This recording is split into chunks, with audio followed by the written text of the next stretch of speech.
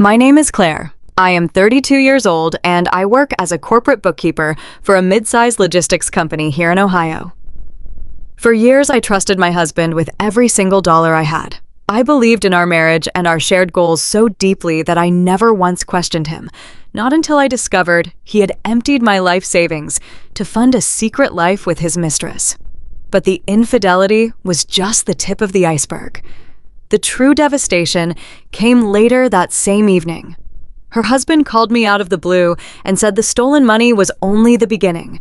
What he showed me next turned a painful marital betrayal into a $3.2 million nightmare that threatened to put me in federal prison. To understand how I became the victim of such a massive financial crime in my own home, you have to understand the dynamic of my marriage. David and I met in our late 20s. He was charismatic, driven, and full of grand ideas about building a real estate empire. I was the practical one. I liked spreadsheets, predictable routines, and steady paychecks. When we got married, we settled in a quiet, leafy suburb outside of Columbus, Ohio.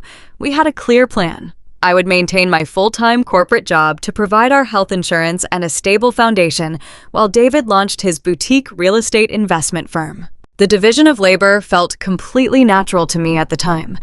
Marriage is supposed to be a partnership where your strengths balance out your partner's weaknesses. Because I spent 50 hours a week balancing ledgers and running payroll for a massive company, the last thing I wanted to do when I came home was look at our personal budget. David eagerly took over our joint finances. He told me he was moving our money into high-yield investment vehicles and real estate trusts to maximize our returns. He dressed in tailored suits, drove a leased luxury sedan he claimed was a necessary business expense for wooing clients, and always spoke in big-picture financial jargon. I handled the daily grind. I packed his lunches, paid the utility bills from my personal checking account, and kept the household running flawlessly so he could focus on securing our future. That future was supposed to include a family. For the past 3 years, we had been struggling to conceive. Anyone who has been through fertility treatments knows the toll it takes on your body, your spirit, and your bank account. We were saving aggressively for our first round of in vitro fertilization. I had a legacy savings account, a nest egg built from a small inheritance from my grandmother and years of my own frugal living. It held exactly $65,000. It was my safety net, our baby fund, and the absolute bedrock of my financial security. David knew how much that money meant to me. He knew I worked weekends during tax season just to add a few $100s to it whenever I could.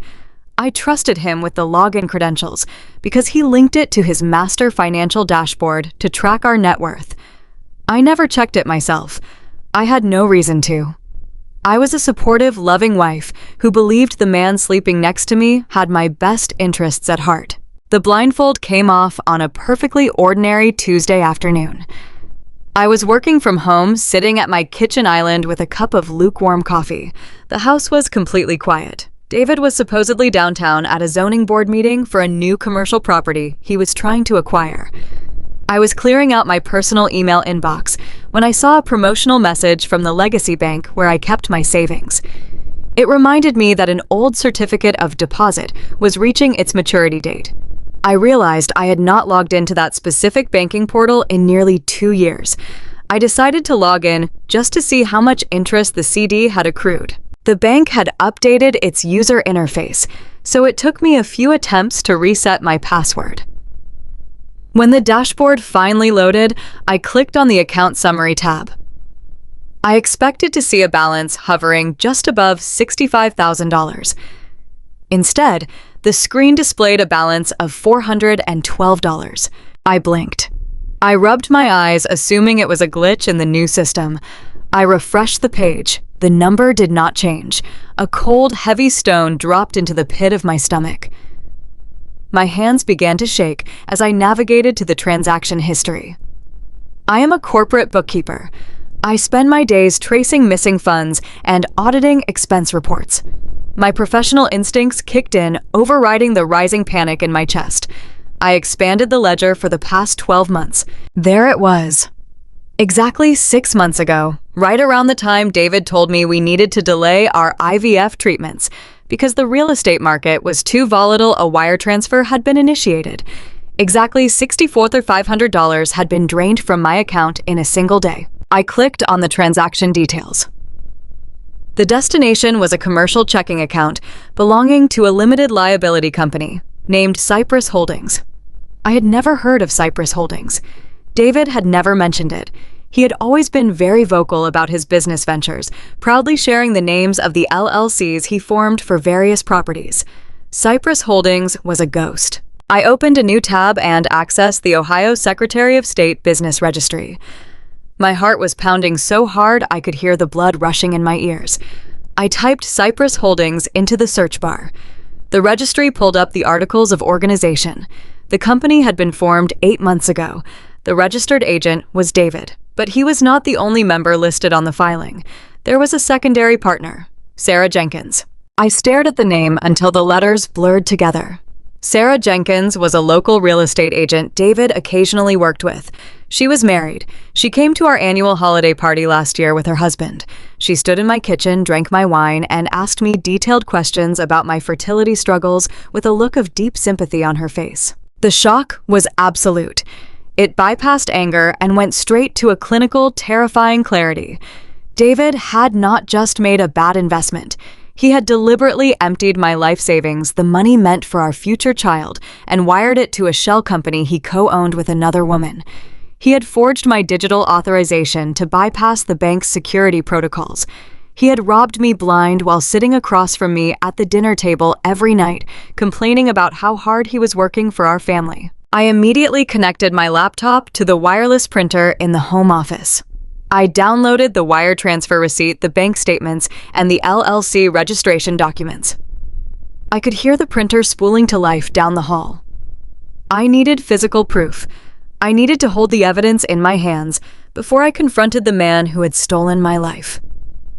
I stood up my legs, feeling like lead, and walked toward the office to retrieve the papers. Just as my fingers brushed the warm stack of freshly printed documents, I heard the heavy thud of David's car door closing in the driveway. He was home early. I froze. My mind raced. I needed to hide the papers. I needed to act normal. I needed to figure out exactly how much danger I was in before I let him know I had discovered his secret. Before I could move, my cell phone vibrated in my back pocket. I pulled it out. The screen displayed an unknown local number. I answered it, keeping my voice to a barely audible whisper. "Are you?" Clara Mann asked. His voice was rough, trembling with a mixture of rage and devastation.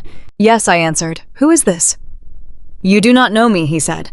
"My name is Tom Jenkins. My wife is Sarah. I think you know her." My breath caught in my throat. I heard David's key slide into the front door lock. Tom took a ragged breath and continued. "I am so sorry to call you like this, Claire, but my wife is sleeping with your husband. I just found out today. But that is not why I'm calling you. They are about to destroy both of our lives. The money they took from you is nothing compared to what they just did. You need to meet me right now before he realizes you know." I hung up the phone just as the front door swung open. Panic is a strange thing. It does not always make you freeze. Sometimes it makes you move with absolute terrifying precision. I grabbed the freshly printed wire transfer receipts and shoved them into the bottom drawer of the filing cabinet right under a stack of old tax returns. I slammed the drawer shut the exact second David walked into the home office.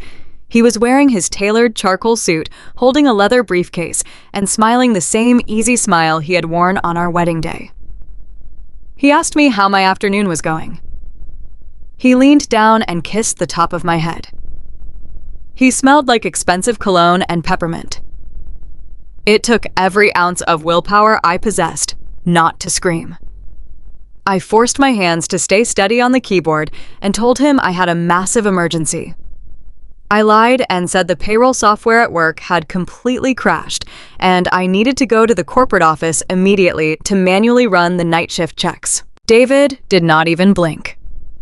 He just nodded, told me to drive safely, and said he would order Chinese food for dinner. He played the part of the supportive husband perfectly. I grabbed my purse and walked out of the house. The moment I started my car, my entire body began to shake. The drive to the diner felt like moving underwater. The streetlights of our quiet Ohio suburb blurred together into long yellow streaks. I kept hearing the stranger's voice in my head. His wife is sleeping with your husband. They are about to destroy both of our lives. I pulled into the parking lot of a 24-hour diner on the edge of the interstate. It was an old place with buzzing neon signs and windows, fogged with the heat of the kitchen. I walked inside. The smell of burnt coffee and fried potatoes hit me instantly. The diner was mostly empty, except for a couple of truck drivers and a man sitting alone in a corner booth. I knew it was him immediately. Tom looked exactly how I felt.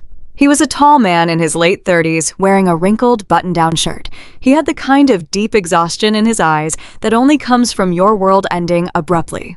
He was staring at a black cup of coffee with both hands wrapped around the mug. I walked over and slid into the vinyl booth across from him.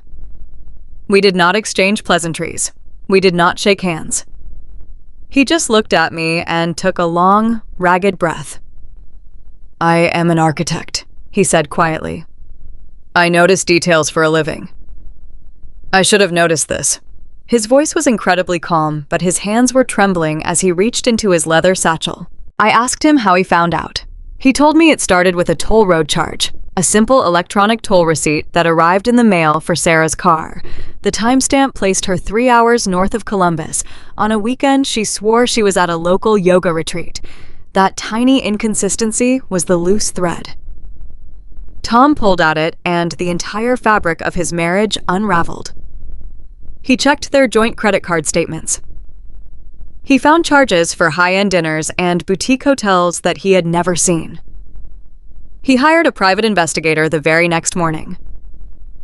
It only took the investigator 48 hours to deliver the truth. I listened to him speak and felt a strange sense of kinship. We were two responsible, practical people who had built our lives on trust. We had both been doing the heavy lifting in our marriages while our partners were busy building a secret world behind our backs. The waitress came by to ask if I wanted anything to drink. I ordered a black coffee just to have something to anchor my hands. The diner hummed around us. A country song played quietly from the jukebox. It felt entirely wrong that the world was still spinning. It felt wrong that people were still eating pie and drinking coffee while my future was collapsing into dust. I looked at Tom and told him I already knew about the money. I told him I had found the drained savings account and the wire transfer to a company called Cypress Holdings. I told him I knew Sarah was listed as the business partner. Tom looked at me with a profound sadness. He did not look relieved that I knew. He looked like a man who was about to deliver a fatal diagnosis. He reached into his satchel and pulled out a sleek silver laptop. He opened the laptop and turned the screen toward me. "This is the part that hurts the most right now," he said. "But you need to see it to understand exactly who you are dealing with." He clicked on a folder and a series of high-resolution photographs filled the screen. They were taken by the private investigator. The first picture showed David and Sarah sitting on the patio of a luxury resort. It was the exact same resort in Sedona that David claimed he was visiting for a commercial real estate seminar last month. They were sharing a bottle of wine. Sarah was laughing, her head thrown back, and David was looking at her with a level of adoration I had not seen directed at me in years. The next photo showed them walking hand in hand through an expensive outdoor shopping pavilion. He was carrying bags from designer boutiques, bags paid for with the money I had saved for our future children. I stared at the images until my eyes burned. As a corporate bookkeeper, I am used to looking at cold, hard facts. Numbers do not lie. But seeing my husband kissing another woman in bright daylight was a different kind of truth. It was a physical blow. It bypassed my brain and settled directly in my chest, making it difficult to pull air into my lungs. But I did not cry. Just like the moment I saw the drained bank account, the shock was too absolute for tears. I pushed the laptop back toward Tom. "I have seen enough," I told him. "I understand they are having an affair. I understand they used my money to fund it." Tom shook his head slowly. The screen went dark as it went to sleep. "You do not understand, Claire. The affair is just the costume. The money they stole from your savings account was just the entry fee. They are not just having a romantic getaway. They are building a shadow empire, and they are using us to finance it." He reached into his satchel again and pulled out a thick stack of printed legal documents. He pushed them across the sticky diner table. Tom explained that because he is an architect, he frequently checks public zoning and property records for his firm. When the private investigator gave him the name Cypress Holdings, Tom did what he does best. He started digging through the municipal databases. He tapped the top page of the stack. "This is the deed to a commercial property on the east side of the city. Cypress Holdings is the legal owner. David and Sarah formed this shell company 8 months ago. They used your $65,000 as the initial capital to secure a much larger venture." I looked down at the paperwork. I read the legal descriptions, the property lines, the zoning classifications. I recognized the address. It was a massive aging strip mall that had been mostly abandoned for the last 5 years. It was a dead zone. The roof was collapsing, the parking lot was cracked, and every major anchor store had moved out a decade ago. It was a terrible investment. Anyone with basic financial literacy could see it was a sinking ship. I asked Tom why they would buy a failing property. He told me it was a front. David and Sarah were pitching it to local investors as a massive community revitalization project. They were throwing lavish parties, printing glossy brochures, and collecting investment checks from wealthy people in our community. But they were not using the funds to fix the roof or pave the lot. They were funneling the investment money back through Cypress Holdings to pay themselves exorbitant management fees. They were embezzling the cash to buy luxury vehicles, designer jewelry, and a secret high-rise condominium downtown registered exclusively in Sarah's name. They were running a textbook Ponzi scheme right under our noses. I felt a cold sweat break out on the back of my neck. My husband, the man who complained about the cost of groceries and asked me to delay our fertility treatments, was actively orchestrating a massive financial fraud. He was sitting in our living room every night watching television while managing a criminal enterprise. I looked at Tom and told him we needed to go to the police. I told him we could give these documents to the authorities and have them arrested for fraud. "We can easily prove they stole my inheritance to start the company. We can end this right now." Tom looked away. He stared out the diner window at the rain starting to fall on the dark pavement. "We cannot go to the police, Claire. Not yet. If we report them right now, Sarah will claim she knew nothing about the financial side. She will play the victim. But that is not the real reason we have to wait." He turned his gaze back to me, and his eyes were hollow. He slid one final piece of paper out from the bottom of the stack. He placed it directly in front of me and tapped his index finger next to a signature line at the bottom of the page. "You cannot go to the police because right now you are legally the primary target." I looked down at the document. It was a commercial lending agreement from a major national bank. The loan principal was staggering, $3.2 million. It was the mortgage they had taken out to purchase the failing strip mall. I scanned the borrower details. Cypress Holdings was listed as the primary entity, but banks do not lend millions of dollars to brand new shell companies without personal guarantees. I moved my eyes down to the guarantor section. David's name was printed clearly. His signature was right next to it, but Sarah's name was nowhere on the document. She had shielded herself completely from the liability. Instead, there was a second guarantor listed. Claire Davis.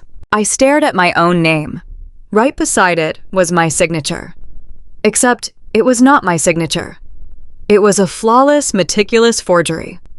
David had not just taken my savings. He had taken my pristine credit score. The 810 credit rating I had spent 12 years building through careful budgeting and relentless discipline. He had used my spotless financial history as the collateral to secure a $3.2 million commercial loan.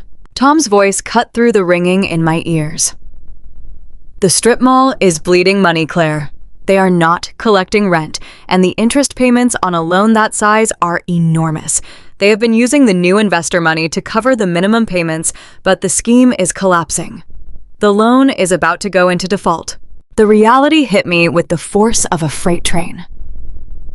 When a commercial loan of this magnitude defaults, the bank does not care about affairs or broken hearts. They care about their money. They will initiate immediate foreclosure. They will seize the property, but that will not cover the balance. They will come after the guarantors. They will seize my bank accounts. They will garnish my wages. They will place a lien on my home. Because my name was on that paper, I was legally responsible for every single penny of a $3.2 million debt. David and Sarah were going to walk away with the embezzled cash and leave me to be financially annihilated. I was staring at a federal prison sentence and total bankruptcy, and I had never even seen the building. The drive back to our quiet suburban house felt like a long death march.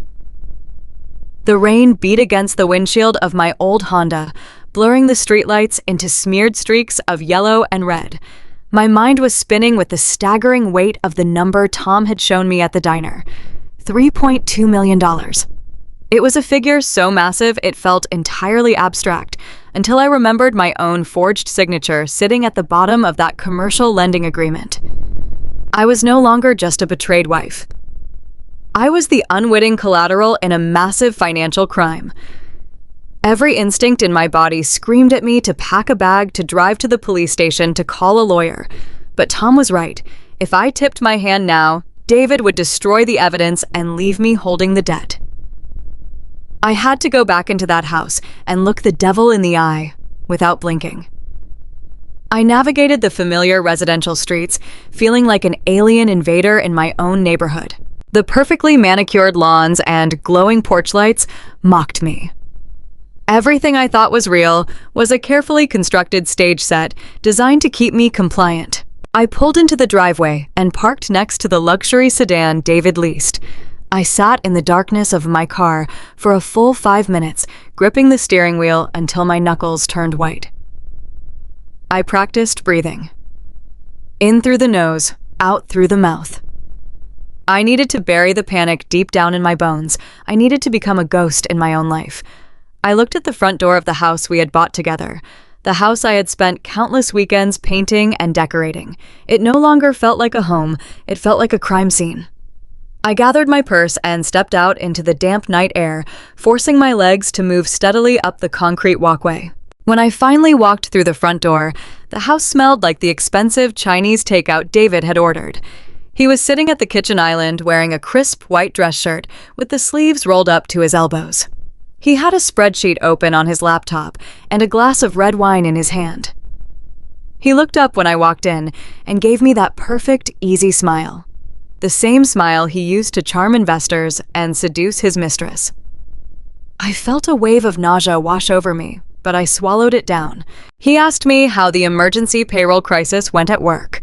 His voice was laced with exactly the right amount of husbandly concern. I forced my facial muscles to relax. I told him it was a total nightmare, but I managed to fix the software glitch and get the checks printed for the night shift. I walked over to the island and poured myself a glass of water, making sure my hands remained remarkably steady. I took a long sip and waited for him to speak. David sighed heavily and rubbed the back of his neck. He closed his laptop and told me he understood completely, because his day had been an absolute disaster too. He launched into a long, detailed story about the zoning board meeting downtown. He complained about the city inspectors, the endless red tape, and the rising costs of building materials. He spoke with such passionate exhaustion that if I had not just seen photographs of him drinking wine in Sedona with Sarah, I would have believed every single word. It was terrifying to witness. I was watching a master manipulator construct an alternate reality with flawless precision. He wove intricate details into his lies, making them sound entirely plausible. I walked up behind his stool and placed my hands on his shoulders. The physical contact made my skin crawl, but I pressed my thumbs into his tense muscles anyway.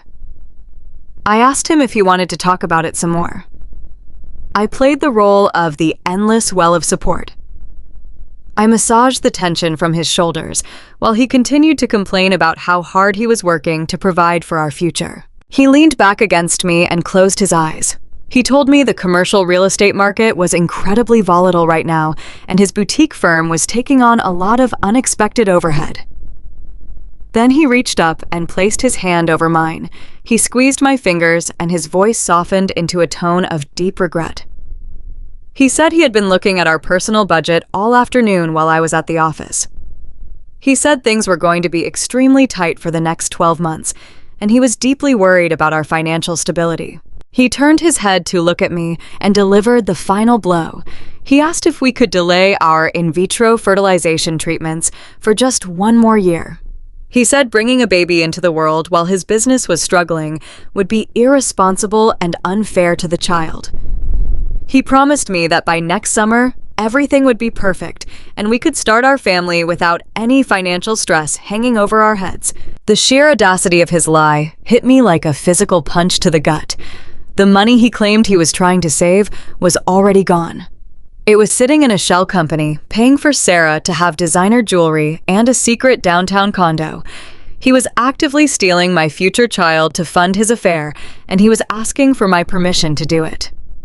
He was using my deep desire to be a mother as a weapon against me. I wanted to scream until my lungs gave out.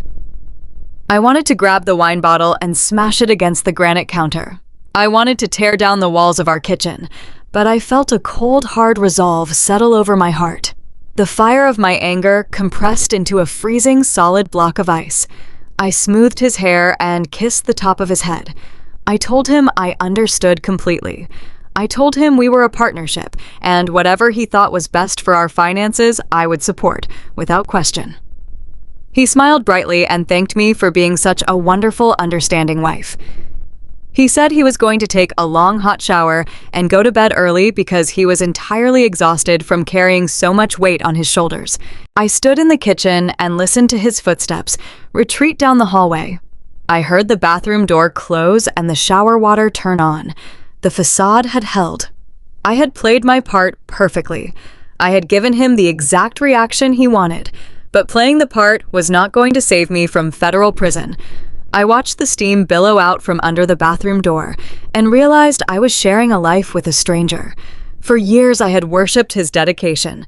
I had packed his lunches and paid our utility bills from my own paycheck so he could build his empire. I had sacrificed my youth, my savings, and my dreams to support a phantom business. Every late night, he claimed to be at the office every weekend, networking retreat. Every stressful phone call was all a meticulously choreographed performance. He did not just lack a conscience, he enjoyed the game. He thrived on the power of looking me in the eye and lying with absolute conviction. The realization that I had spent the last half-decade loving a mirage was devastating, but it was also liberating. The blind trust that had kept me docile was gone forever. It was replaced by a clinical, calculated desperation. I walked down the hallway toward the guest bedroom that David had converted into his private home office. This room had always been his personal sanctuary. Early in our marriage, he had hired a contractor to install a heavy solid wood door and a commercial-grade deadbolt. He told me it was legally necessary because he kept highly sensitive client financial data on his hard drive and needed to comply with strict privacy regulations. I had never questioned it. I had respected his boundaries so completely that I rarely even went near the room when I was cleaning the house. Whenever he was working, he locked himself inside. Whenever he left the house, the deadbolt was engaged, and the only key was safely tucked onto his heavy brass keyring. I stood in the silent hallway and stared at the brass lock mechanism. The documents Tom had shown me at the diner were incredible, but they were only copies. They were printouts of public zoning records and basic loan agreements he had pulled from municipal databases. They were enough to prove the shell company existed and that my name was on the loan, but they were not enough to save me in a court of law. To prove that David had committed marital fraud and intentionally forged my signature on a commercial loan, I needed the master files. I needed the digital trail of the wire transfers, the original loan origination documents with metadata, and the internal accounting ledgers for Cypress Holdings. I am a corporate bookkeeper. I know that money always leaves a digital footprint, no matter how hard someone tries to hide it. David was arrogant, but he was not sloppy with his records. He would have every single receipt, every tax return, and every bank statement saved on his secure desktop computer inside that room. He would keep a meticulous accounting of his fraud, because men like him always want to measure their success. I needed those files. I reached out and turned the brass knob. It was locked tight. The solid wood did not even rattle in the frame. I pressed my ear against the paneling and heard nothing but the low hum of the central air conditioning vent inside. I could not simply kick the door down or smash the lock with a heavy hammer. Any sign of forced entry would immediately alert David that his fortress had been breached. If he knew I was onto his scheme, he could transfer the remaining stolen funds out of the country, delete the hard drives, and disappear before I ever had a chance to build a legal case against him. He could leave me to face the bank attorneys and the federal investigators entirely alone. I had to get inside that room, leaving absolutely no trace of my physical presence. My mind raced through the logistical problems standing between me and my freedom. The physical key was always in his pocket or sitting on his nightstand while he slept. Taking it from his nightstand in the middle of the night was entirely too risky.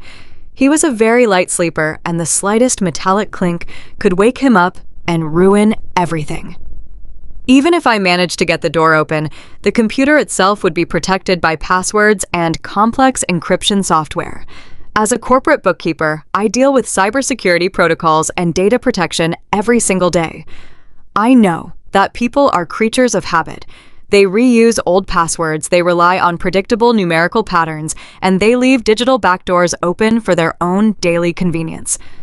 I was highly confident I could break into his desktop once I was sitting in front of the keyboard.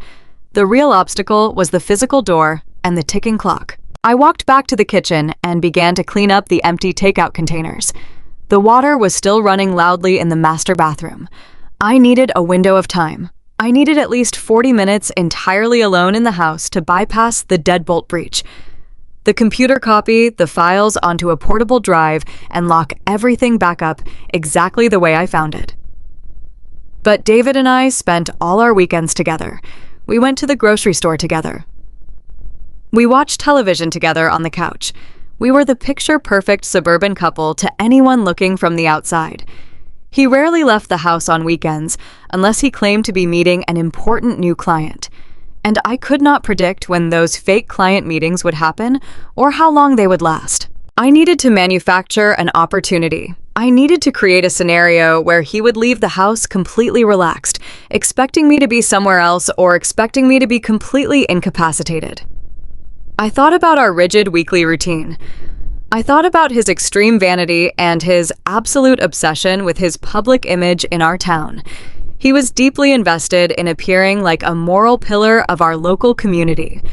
Every Sunday morning, we attended a large conservative church downtown. David was a highly prominent usher. He thrived on shaking hands, handing out weekly programs, and smiling broadly for the entire congregation. He would never skip a Sunday service because it was prime networking territory for his real estate investments. He desperately needed the wealthy church elders to trust him with their money. A concrete plan began to form in my mind. It was highly risky, and it required me to act with a level of cold deception I had never practiced before in my life. I finished wiping down the granite countertops and turned off the overhead kitchen lights. I walked back down the hallway toward our bedroom. The shower had finally stopped running. David was sitting on the edge of the mattress, drying his hair with a white towel.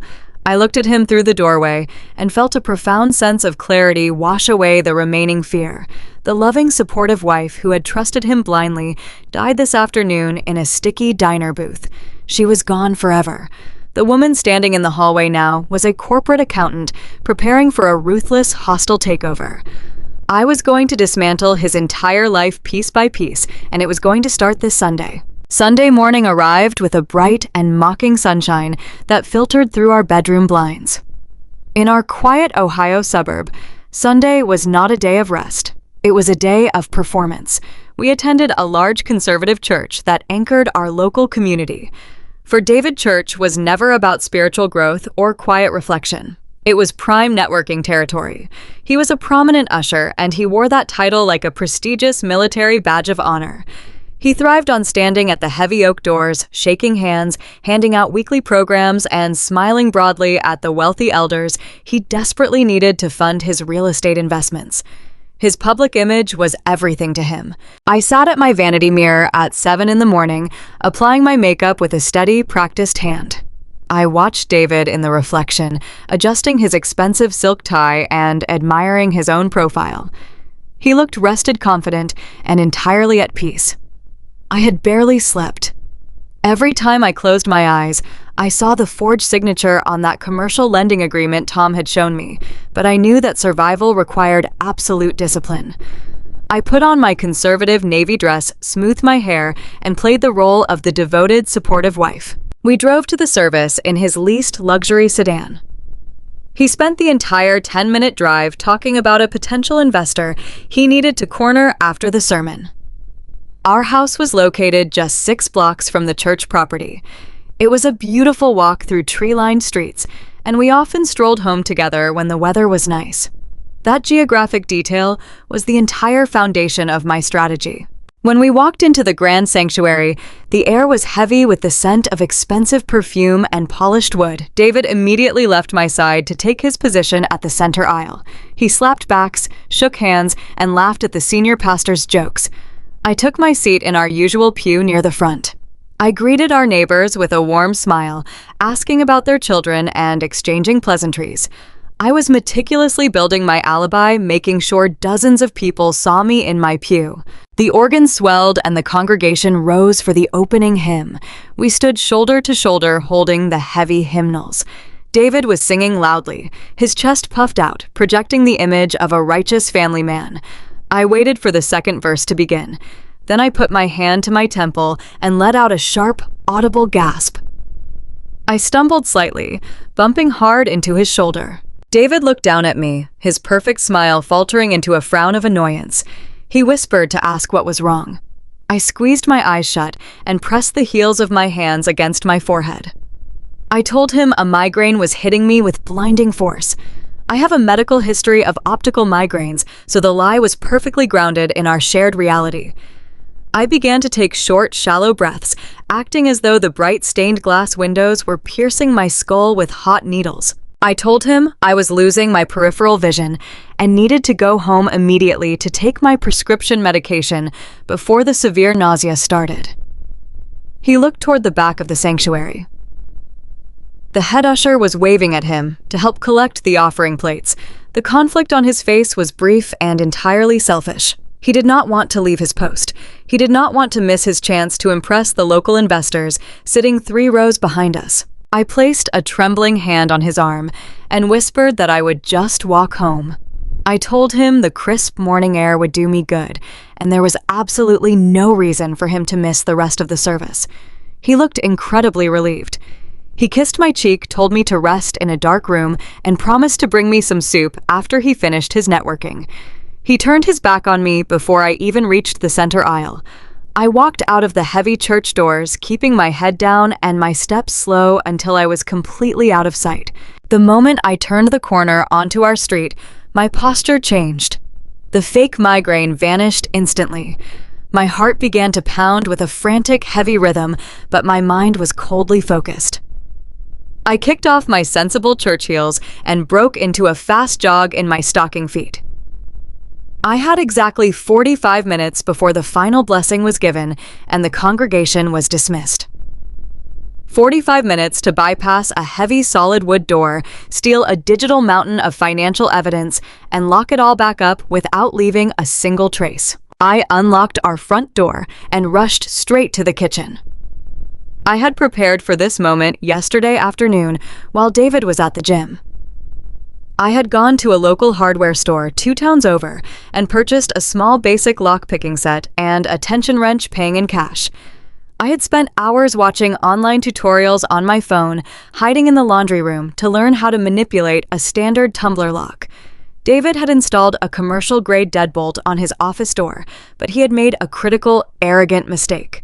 He bought a high-quality heavy door, but a mid-range lock mechanism from a big box store. I walked down the quiet hallway and stood in front of his locked office. The house was entirely silent except for the rhythmic ticking of the grandfather clock in the living room. My hands were shaking so badly, I dropped the tension wrench twice on the hardwood floor. I closed my eyes, took a deep breath, and reminded myself of the $3.2 million debt hanging over my head. The fear vanished, replaced by a burning, clinical rage. I slid the tension wrench into the bottom of the keyhole and applied a slight rotational pressure with my left index finger. I took a simple rake pick and inserted it into the top of the cylinder.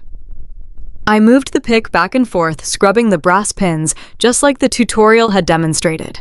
It took 5 agonizing minutes of scraping and adjusting. My fingers cramped. Sweat beaded on my forehead and ran down my neck.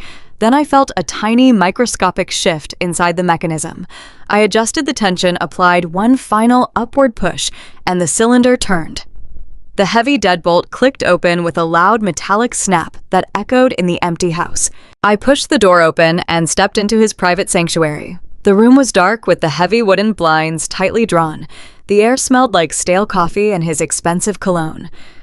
I turned on his desk lamp, casting a warm circle of light over his pristine workspace. His computer monitor was asleep. I sat down in his high-backed leather chair and wiggled the mouse. The password prompt appeared on the screen, demanding authentication. David was a man who believed he was smarter than everyone else in the room. But as a corporate bookkeeper, I knew that arrogant men always used predictable patterns. They do not want to be inconvenienced by complex cybersecurity protocols. They want to type something fast and memorable. I tried his birth date. Incorrect. I tried the date we bought the house. Incorrect. I tried his favorite sports team and the year they won the championship. Incorrect. I stopped and thought about the photographs Tom had shown me in the sticky diner booth. I thought about the luxury resort in Sedona and the secret downtown condo. David was entirely obsessed with his shadow life and the woman he was building it with. I typed in Cypress Holdings with a capital C and a number 1 at the end. The screen unlocked, instantly revealing his digital desktop. My fingers flew across the keyboard with practiced speed. I opened his master file directory. He had not even bothered to encrypt the internal storage folders. He was so confident that his physical deadbolt would keep me out that he left his entire criminal enterprise sitting in plain sight. I found a folder simply labeled Tax Preparation and another named Cypress Operating Files. I opened the Cypress folder and my breath caught in my throat. It was a masterclass in organized financial fraud. He kept immaculate records of his own embezzlement. As a professional accountant, I could read the flow of stolen money like a beautifully written story. I found the digital copies of the forged $3.2 million commercial loan agreement, complete with my digitally traced signature. I found PDF receipts of luxury jewelry purchases, condo association fees for Sarah's hidden apartment, and first-class airline tickets to tropical destinations. I found the internal accounting ledgers, showing exactly how he was moving the new investor money to cover the massive monthly interest payments on the failing strip mall. He was documenting his own Ponzi scheme down to the penny. I pulled a high-capacity flash drive from my pocket and jammed it into the USB port on the side of the computer tower. I highlighted the entire Cypress operating folder, the tax returns, and his personal banking records, and dragged them onto the drive. A progress bar popped up on the center of the screen. It estimated the file transfer would take 4 long minutes. Those 4 minutes felt like 4 agonizing decades. I sat in his leather chair, watching the green bar inch slowly across the monitor. My eyes darted to the digital clock in the corner of the screen. It was 10:30 in the morning.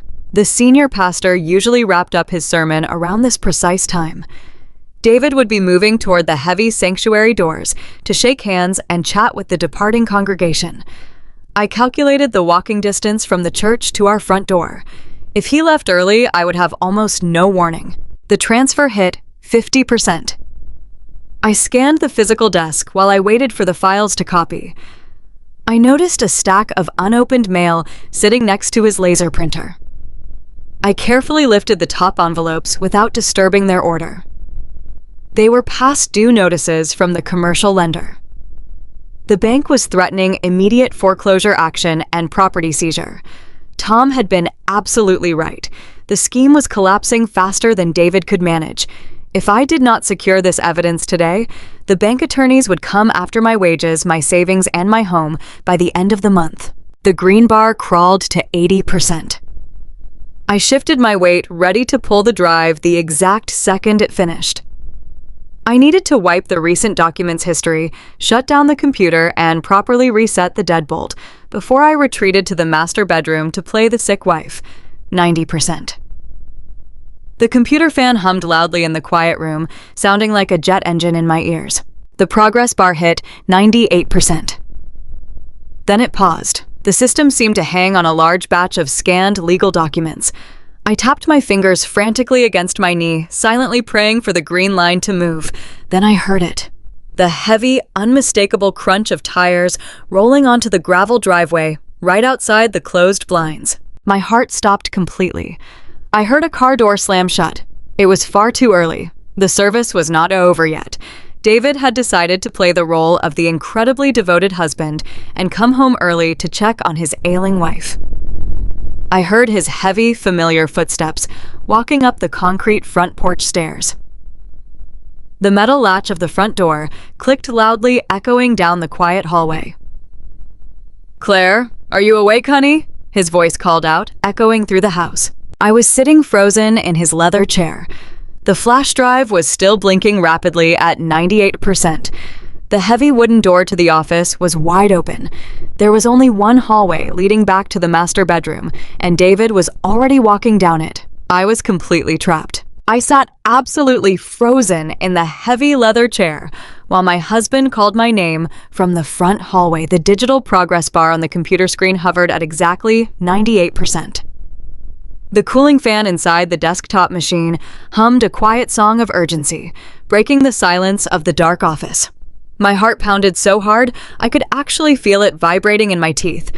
I heard David drop his heavy brass keyring onto the granite kitchen counter. His familiar footsteps echoed loudly on the polished hardwood floor, moving steadily closer to the long hallway that led directly to his private sanctuary. I squeezed my eyes shut and silently begged the machine to finish copying the files. 99%, 100%. The transfer window finally vanished from the monitor screen. I snatched the silver flash drive from the side port and shoved it deep into the pocket of my navy blue dress. My hands trembled violently as I rapidly clicked the computer mouse to clear the recent document history from the operating system. I shut down the computer, watching the bright screen fade to black, just as David called my name for the second time. His voice was louder now, laced with that fake husbandly concern. He performed with such flawless precision.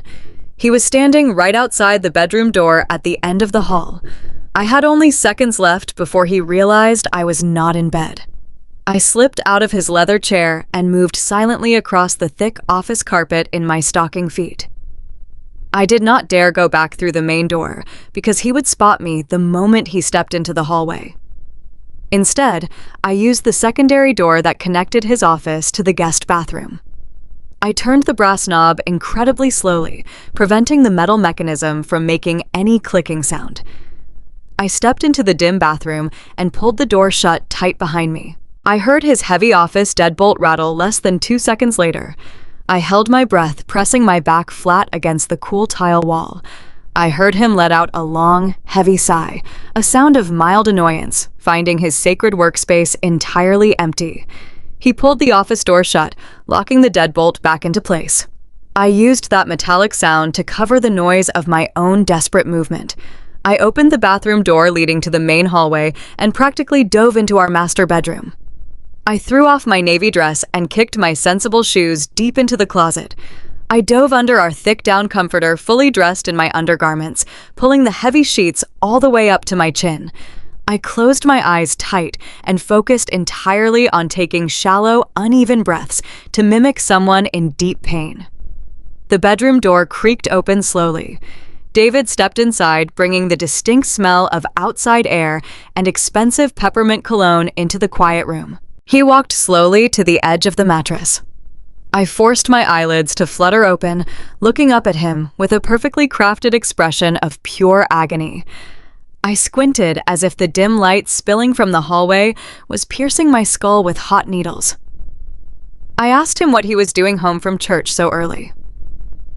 He sat on the edge of the bed, causing the mattress to dip heavily under his weight. He placed a cool, gentle hand on my forehead, playing the role of the incredibly devoted partner. He told me he simply could not focus on the Sunday service, knowing I was suffering in so much agonizing pain. He said he skipped the important networking hour completely just to make sure his beautiful wife was safe and comfortable. It took every single ounce of physical and mental control I possessed not to scream directly in his charming face. I had his entire criminal life sitting quietly in a plastic drive inside my dress pocket, just 10 feet away in the closet. I knew exactly what kind of monster he truly was, and he was sitting there lying to me with absolute flawless conviction. I let out a soft, pathetic groan and turned my head away from the hallway light. I told him the optical migraine was completely blinding, and I just needed to sleep in absolute darkness for a few hours. I thanked him for coming home early and said he was the absolute best husband a woman could ever ask for. The words tasted like toxic ash in my mouth, but they worked perfectly. David smiled a highly satisfied, confident smile. He kissed my cheek softly, told me to rest well, and left the room quietly, shutting the heavy door firmly behind him. I lay there, completely motionless in the dark, for 3 full hours. I did not sleep a single wink. I listened to him moving around the house, watching television programs, and taking hushed business calls. I gripped the fabric of the bedsheets until my hands cramped painfully, knowing I had successfully stolen the master key to his ultimate destruction. The very next morning, I took a sudden personal day from my corporate accounting job. I waited patiently until David left the house for his supposed real estate zoning meetings downtown. I retrieved the silver flash drive from its temporary hiding place inside a pair of old winter boots and drove straight to the public municipal library 2 towns over. I wanted to be as far away from our neighborhood and anyone who might recognize me as physically possible. I found a secluded wooden desk hidden deep in the back corner of the dusty reference section. Tom arrived exactly 20 minutes later, wearing a faded gray wool sweater and carrying 2 large cups of steaming black coffee. He sat down across from me, sliding one of the warm cups across the scratched wooden table. His face looked incredibly hollow and deeply exhausted, but his dark eyes held a sharp, desperate focus that matched my own internal rage. We did not waste any precious time with polite small talk or emotional pleasantries. I plugged the stolen flash drive into my laptop computer and immediately opened the master directory folder. I am a highly trained professional corporate bookkeeper. I spend my entire 50-hour workweek systematically tracking missing corporate funds and mercilessly auditing complex expense reports for massive logistics networks. Unraveling. David and Sarah was not just a deeply personal mission of vengeance. It was a rigorous professional exercise that I was uniquely qualified to execute. I opened the specific folder labeled Cypress Operating Files and began to build the true, undeniable financial narrative of their disgusting affair. The sheer volume of digital documentation was absolutely staggering. David was an incredibly arrogant man, but he was also remarkably meticulous with his digital paperwork. He kept highly detailed spreadsheets, tracking every single dollar he systematically stole from the massive commercial loan. Tom and I sat shoulder to shoulder in the quiet library, staring intently at the glowing computer screen while the terrifying reality of their financial crime washed over us like a freezing ocean wave. I opened the original commercial loan origination documents first. It was a legally binding contract for exactly $3.2 million, specifically meant for the purchase and complete structural renovation of the failing East Side Strip Mall. The strict loan terms required the borrowers to use the dispersed funds exclusively for commercial property improvement zoning permits and licensed contractor payments. Instead, I found a highly complex web of international and domestic wire transfers, intentionally moving the borrowed money through 3 different regional shell accounts. They were deliberately washing the funds to obscure the final destination from any casual banking oversight. I traced the largest single wire transfer first. It was an outgoing payment for $450,000 sent directly to a luxury real estate brokerage firm located downtown. Tom pulled a printed public property record document from his leather satchel and carefully cross-referenced the exact transaction date. It matched perfectly with the cash purchase of a stunning high-rise condominium overlooking the city skyline. The property deed was registered exclusively and entirely in Sarah Jenkins' name.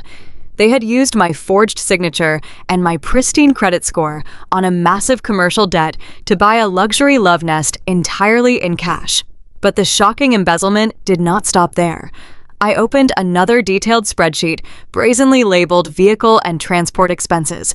There were 2 massive outgoing electronic payments sent directly to a high-end luxury car dealership. The first cleared payment was for a brand new, fully loaded Mercedes sport utility vehicle, registered solely to David. The second cleared payment was for a sleek imported Porsche registered solely to Sarah. They were driving around our quiet suburban town in high-performance vehicles purchased with stolen federal loan money, while I drove a reliable 10-year-old Honda and constantly worried about our weekly grocery budget. I dug much deeper into the daily operating ledgers, poring over the line item expenses. The sheer brazen entitlement of their spending was physically sickening. They were pulling a combined monthly management salary of exactly $30,000 directly from the principal loan capital. They used this fake executive salary to fund a daily lifestyle of absolute unchecked excess. I found digital receipts for diamond tennis bracelets, custom-tailored Italian suits, and weekly dinners at the most expensive exclusive steakhouses in the entire city. I found confirmed travel itineraries for first-class airline flights to tropical island resorts booking luxury penthouse suites under fake corporate networking retreat names. They were bleeding the $3.2 million loan dry at an absolutely astonishing rate. Tom sat perfectly silently watching the terrible numbers scroll past his eyes, his analytical architect brain desperately trying to process the sheer magnitude of the financial fraud destroying his marriage. I carefully explained to him exactly how a classic Ponzi scheme operates in the real world. Because they were recklessly spending the principal loan capital on personal luxury items, they generated absolutely no actual commercial revenue from the abandoned strip mall to cover the massive monthly interest payments required by the bank. To keep the lending institution from immediately foreclosing on the property, they were actively soliciting new private investments from wealthy, unsuspecting people in our church congregation and our local community. They took those new private investment checks and immediately used them to pay the commercial loan interest, creating the false illusion of a highly successful, functioning real estate business. But the underlying math was entirely unsustainable and destined for catastrophic failure.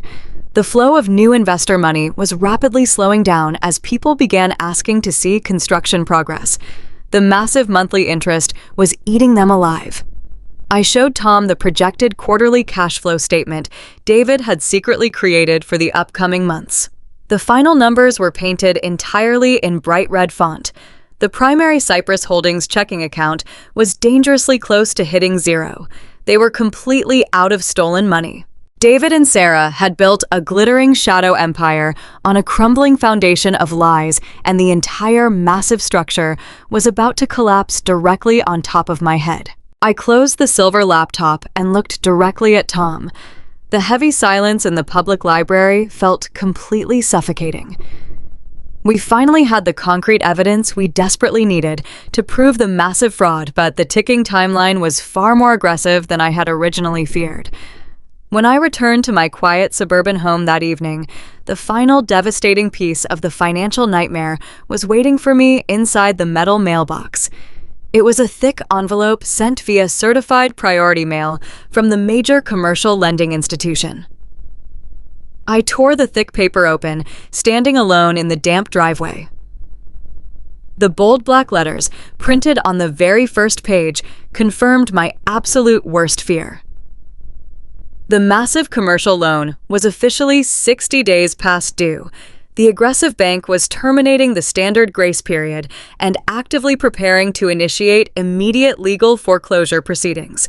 But they were not just seizing the abandoned strip mall property. The formal letter clearly stated their ruthless intent to fully execute the forged personal guarantee. They were coming directly after my legal assets. They were preparing to freeze my personal bank accounts, garnish my corporate wages, and place a permanent legal lien on the home I had worked so incredibly hard to maintain. The ticking clock had stopped entirely. The warning alarm was ringing loudly. I was completely out of time. The morning after I stole the digital files felt like walking barefoot toward a firing squad. The sun was shining brightly over our quiet Ohio suburb, but I felt absolutely nothing but a freezing cold terror vibrating deep inside my bones. I met Tom early at a small local credit union located 3 towns over from where we lived. I had maintained a modest emergency fund there for years, keeping it entirely separate from my marriage. We stood together in the quiet, carpeted lobby, pooling every single dollar of clean, untainted money we had left to our names.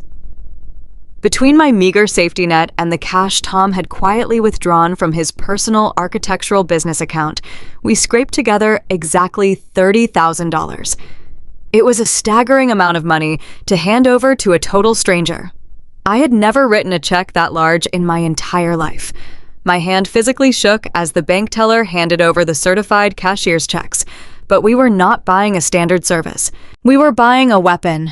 We were buying the most feared forensic divorce attorney in the entire state. Robert Bradley operated out of a sleek glass high-rise in the center of the financial district downtown. Riding the silent elevator up to the 40th floor, my stomach churned with a toxic mixture of intense hope and absolute dread. His waiting room smelled like expensive leather and cold, hard intimidation. There were no comforting magazines or soft colors. The walls were lined with heavy law books and framed legal victories.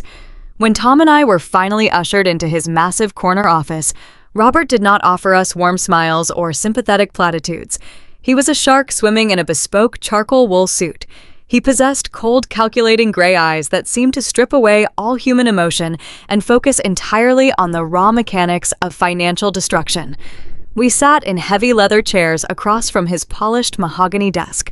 I handed him the small silver flash drive I had risked my freedom and my safety to steal from the locked home office. I watched in agonizing silence as Robert plugged the device into his secure laptop and began to navigate through the digital evidence. For 45 agonizing minutes. The only sound in the massive office was the rapid clicking of a computer mouse and the heavy rhythmic ticking of a brass clock on the wall. Robert meticulously reviewed the internal accounting ledgers, the wire transfer receipts, the commercial property deeds, and the forged loan documents. I sat on the edge of my seat, expecting him to validate my massive tell me we had enough concrete ammunition to send my husband and his mistress to federal prison before the sun went down. I watched his eyes scan the spreadsheets, tracing the flow of stolen money from my savings account into their luxury purchases. He saw the receipts for the jewelry, the sports cars, and the secret downtown condominium. Instead of smiling, he took off his reading glasses, folded his hands across his desk, and delivered a dose of legal reality that nearly knocked the breath completely out of my lungs. "The master ledger is incredible work," he said, his voice flat and entirely clinical. "It proves he is moving money, but it is not the silver bullet you think it is." I stared at him in pure shock, demanding to know why a digital paper trail of blatant embezzlement was not enough to save me from total ruin. Robert leaned forward and explained the terrifying reality of marital asset laws in our state. Proving financial fraud and signature forgery against a legal spouse is one of the most difficult hurdles in the entire judicial system. When you are legally married, financial institutions and civil courts assume a baseline level of shared financial consent. Because my name was already on our joint checking accounts and we shared a household, David could easily claim I knew all about the massive commercial loan. Robert explained exactly how my husband would spin the narrative in front of a judge. David would testify that we discussed the failing strip mall investment together over dinner. He would lie under oath and swear I gave him verbal authorization to sign my name on those loan documents simply to save time during a busy workday.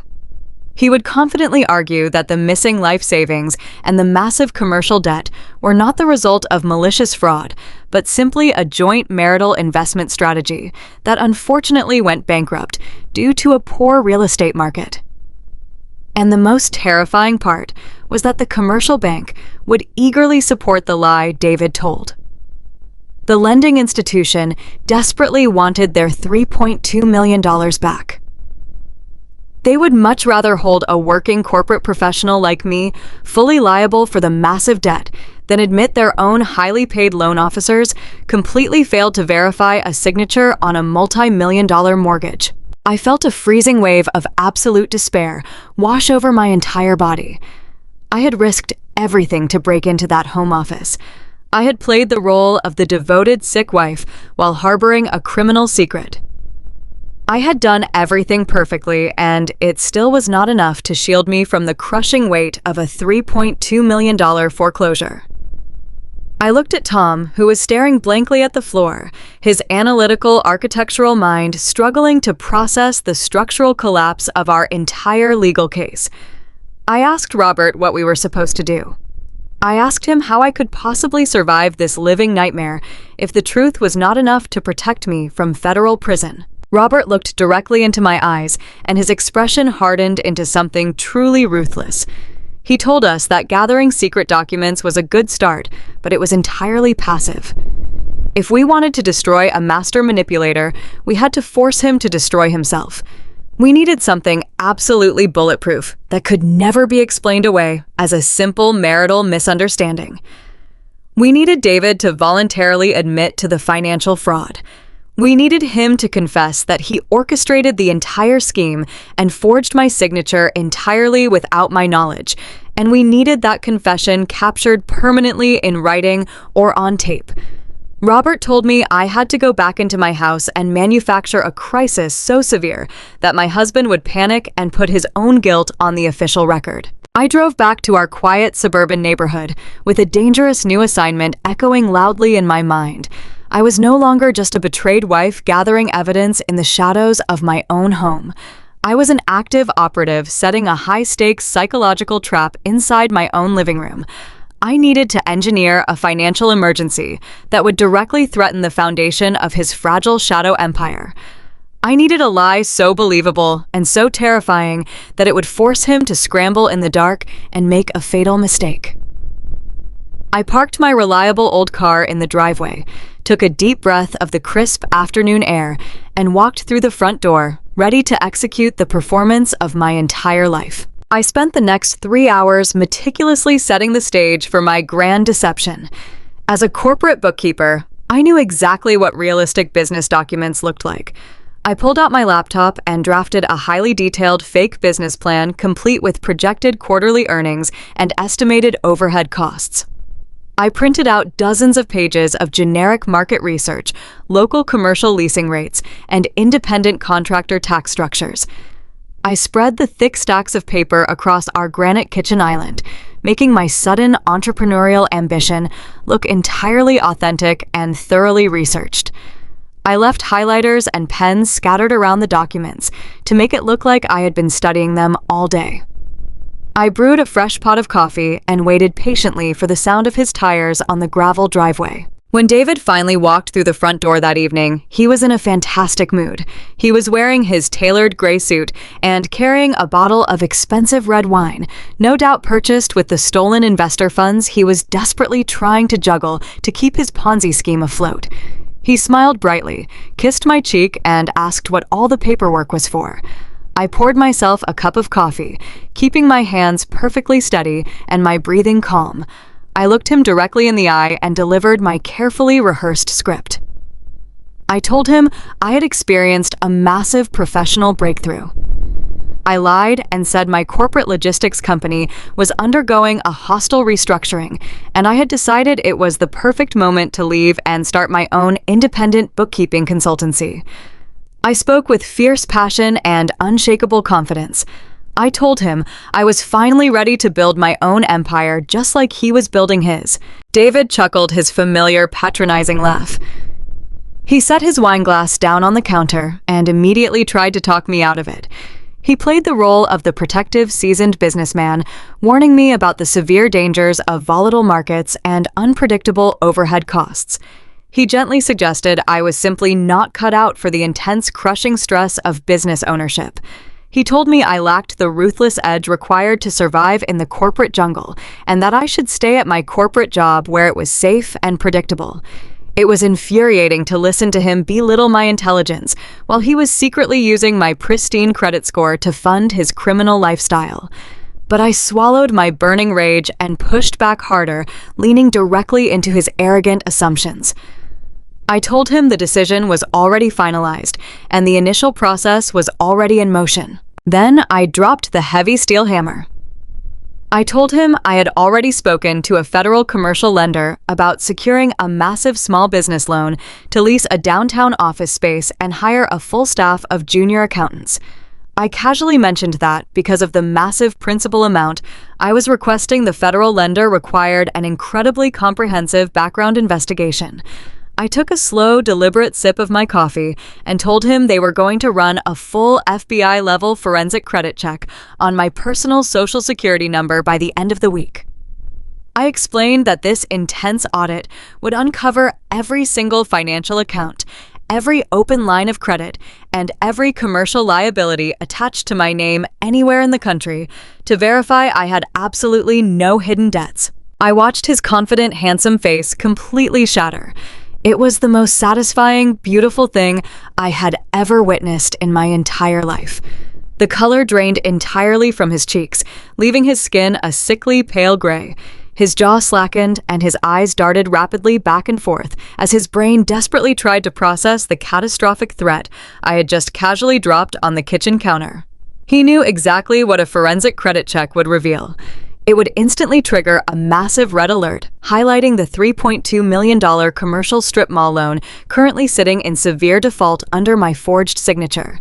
His entire criminal enterprise was going to be exposed to federal banking authorities in a matter of days, and he believed I had absolutely no idea it was coming. David tried to speak, but his voice cracked into a pathetic, high-pitched wheeze.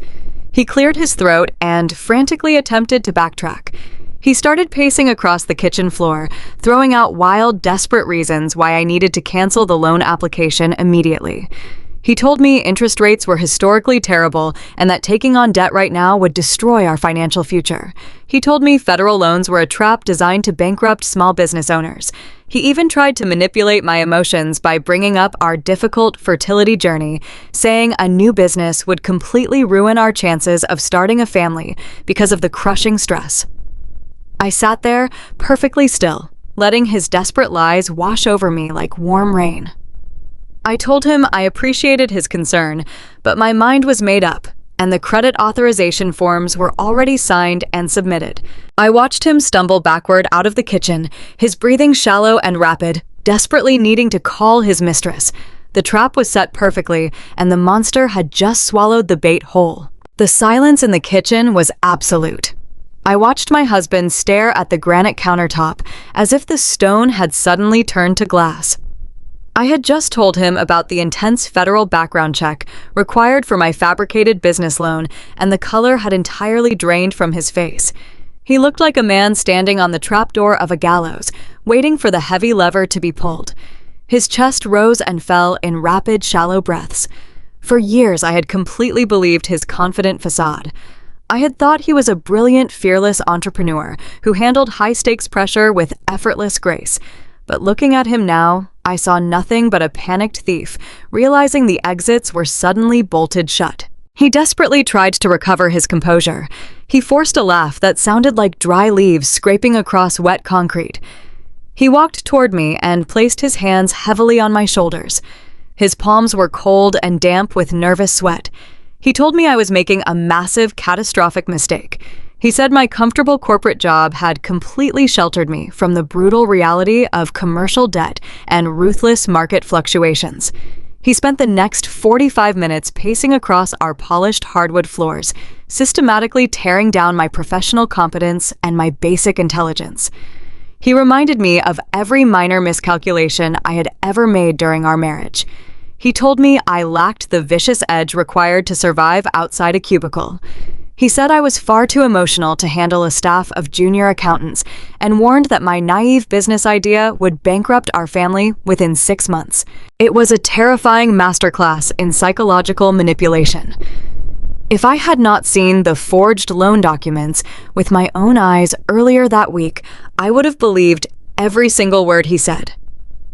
I would have felt small and inadequate, and I would have canceled the application just to regain his warm approval. But the woman who desperately needed his approval died the day I met Tom Jenkins in that sticky highway diner. I sat on the kitchen stool, sipping my lukewarm coffee and letting his desperate insults wash over me. I nodded thoughtfully at his frantic warnings. I played the part of a stubborn but polite wife. I told him I deeply appreciated his concern for our financial safety, but my mind was completely made up. I lied, looking directly into his panic-stricken eyes, and said the federal credit authorization forms were already locked in the underwriting queue and could not be recalled without triggering an automatic federal fraud alert. That specific lie was the exact catalyst I needed. When I casually dropped the phrase, "fraud alert," David flinched as if I had physically struck him across the face. He abruptly stopped pacing. He swallowed hard and told me he was suddenly feeling incredibly sick and needed to lie down. He retreated down the hallway to our master bedroom and shut the heavy solid wood door. I stayed in the kitchen and listened closely. I could hear the muffled, frantic tone of his voice vibrating through the drywall. He was not resting. He was calling Sarah.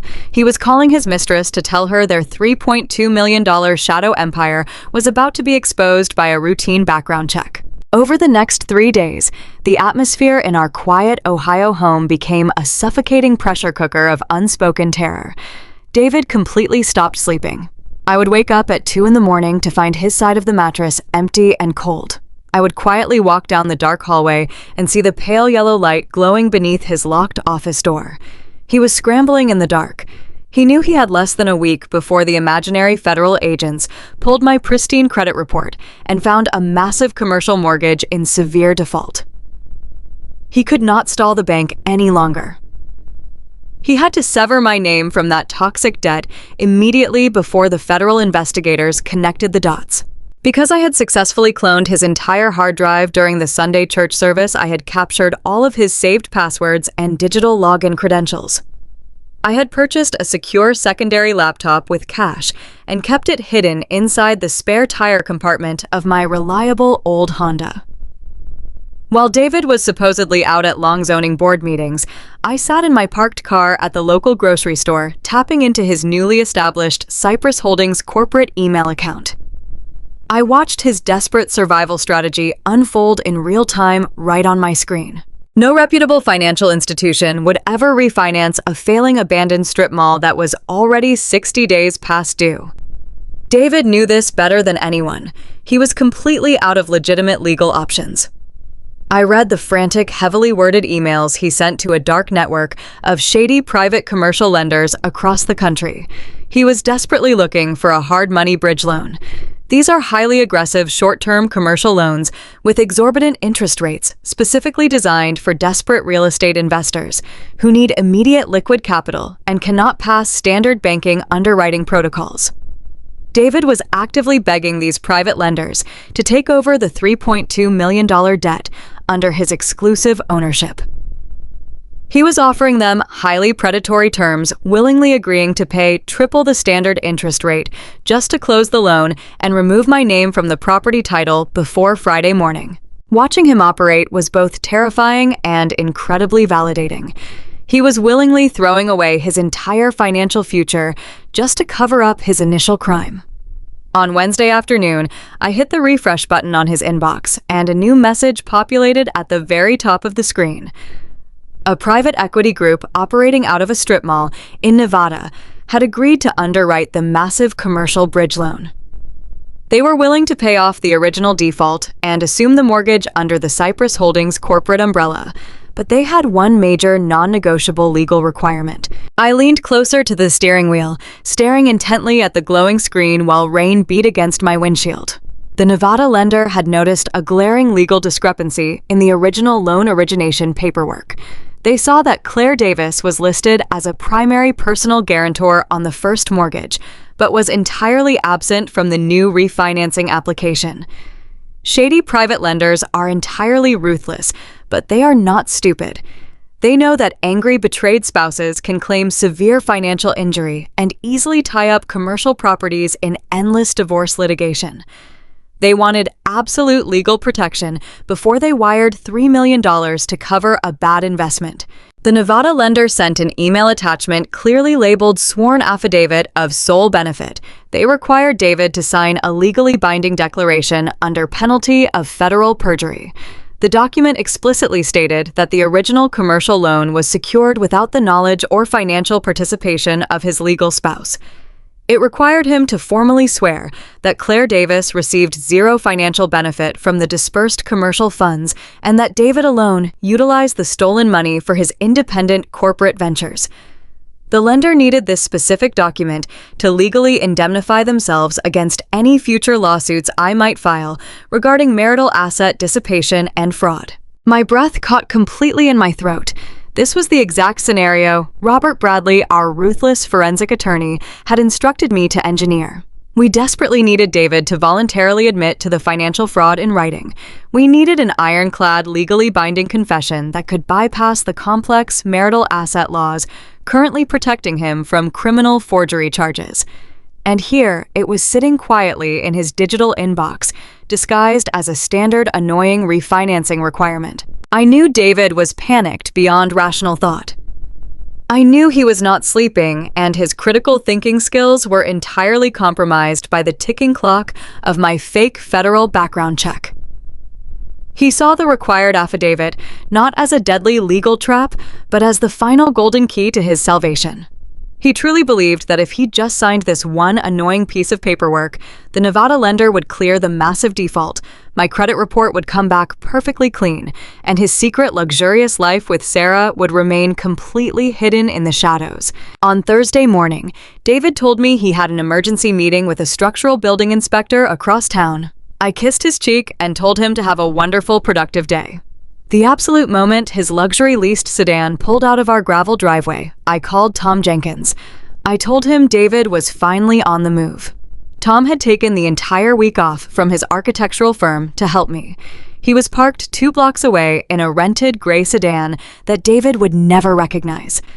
Tom followed my husband across the city limits to a small independent title agency located in a rundown industrial park near the interstate. I sat at my kitchen island with my secure laptop open, continuously refreshing the Cypress Holdings email account every 60 seconds.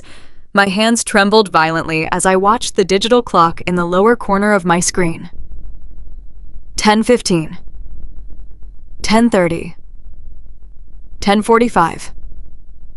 The silence in my empty house was completely deafening. I imagined David sitting in a cheap leather chair across from a bored notary public. I pictured him gripping a ballpoint pen, ready to sign away his actual freedom, just to keep his mistress dripping in designer jewelry. At exactly 11:12 in the morning, a new email arrived in his sent folder. I clicked on it so fast I nearly dropped the wireless mouse off the counter.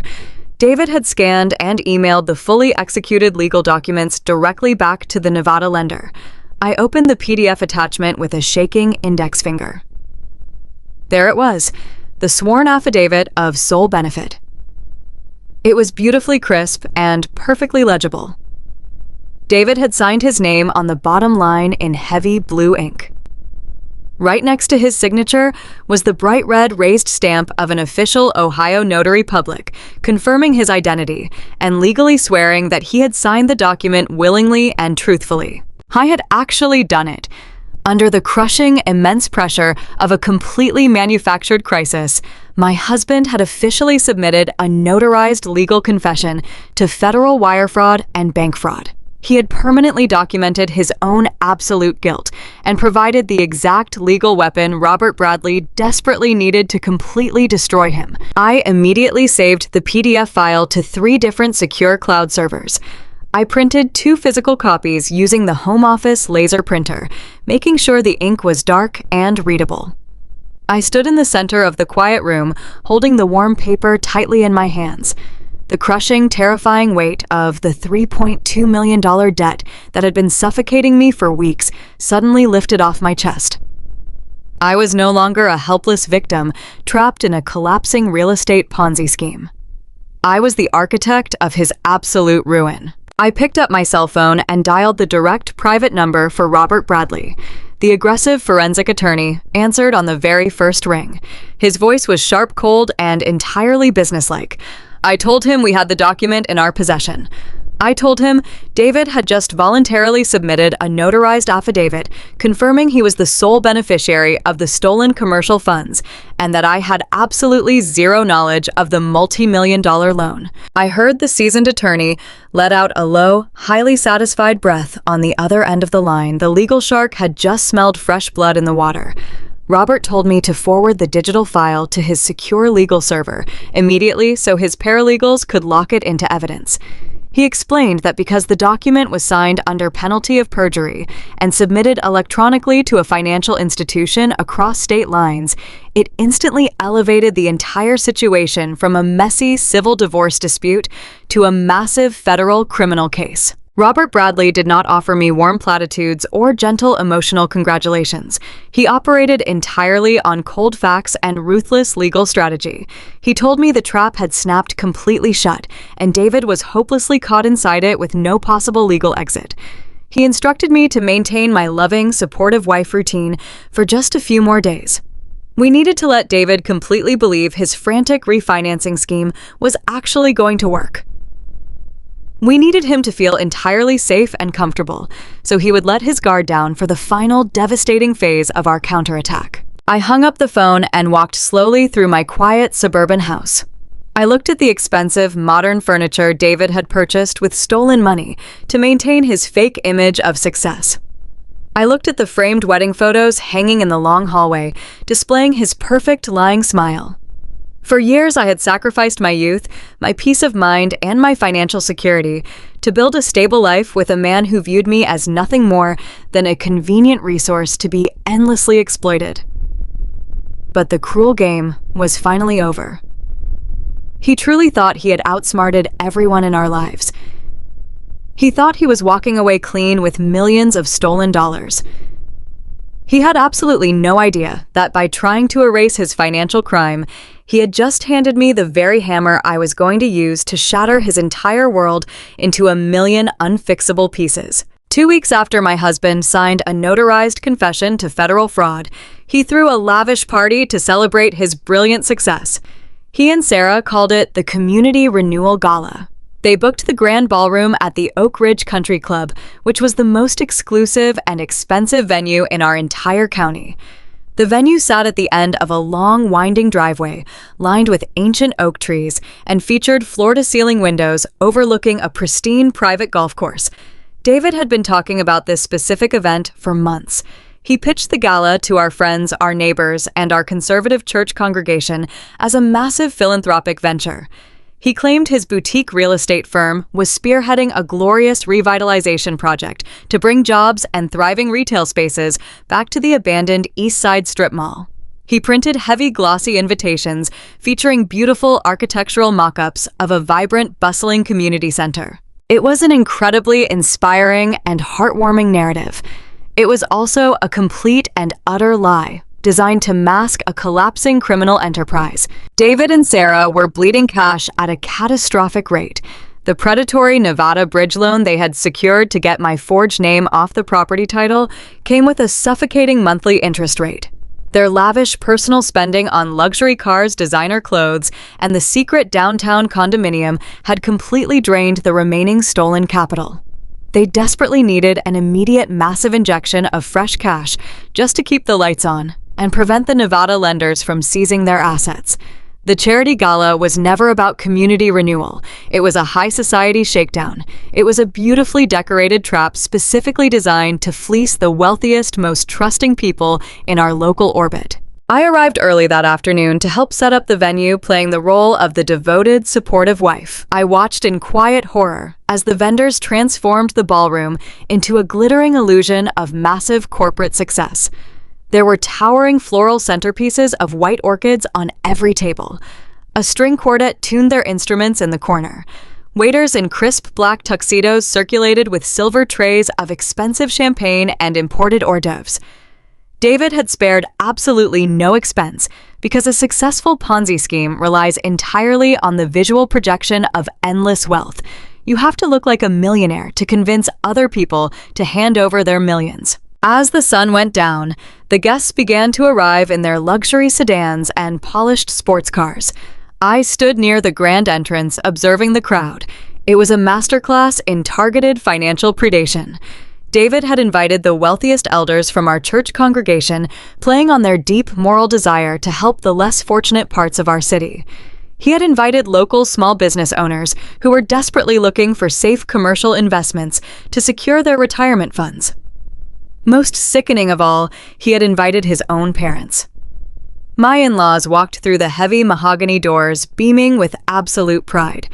My father-in-law wore his best tailored suit and shook David's hand with intense admiration.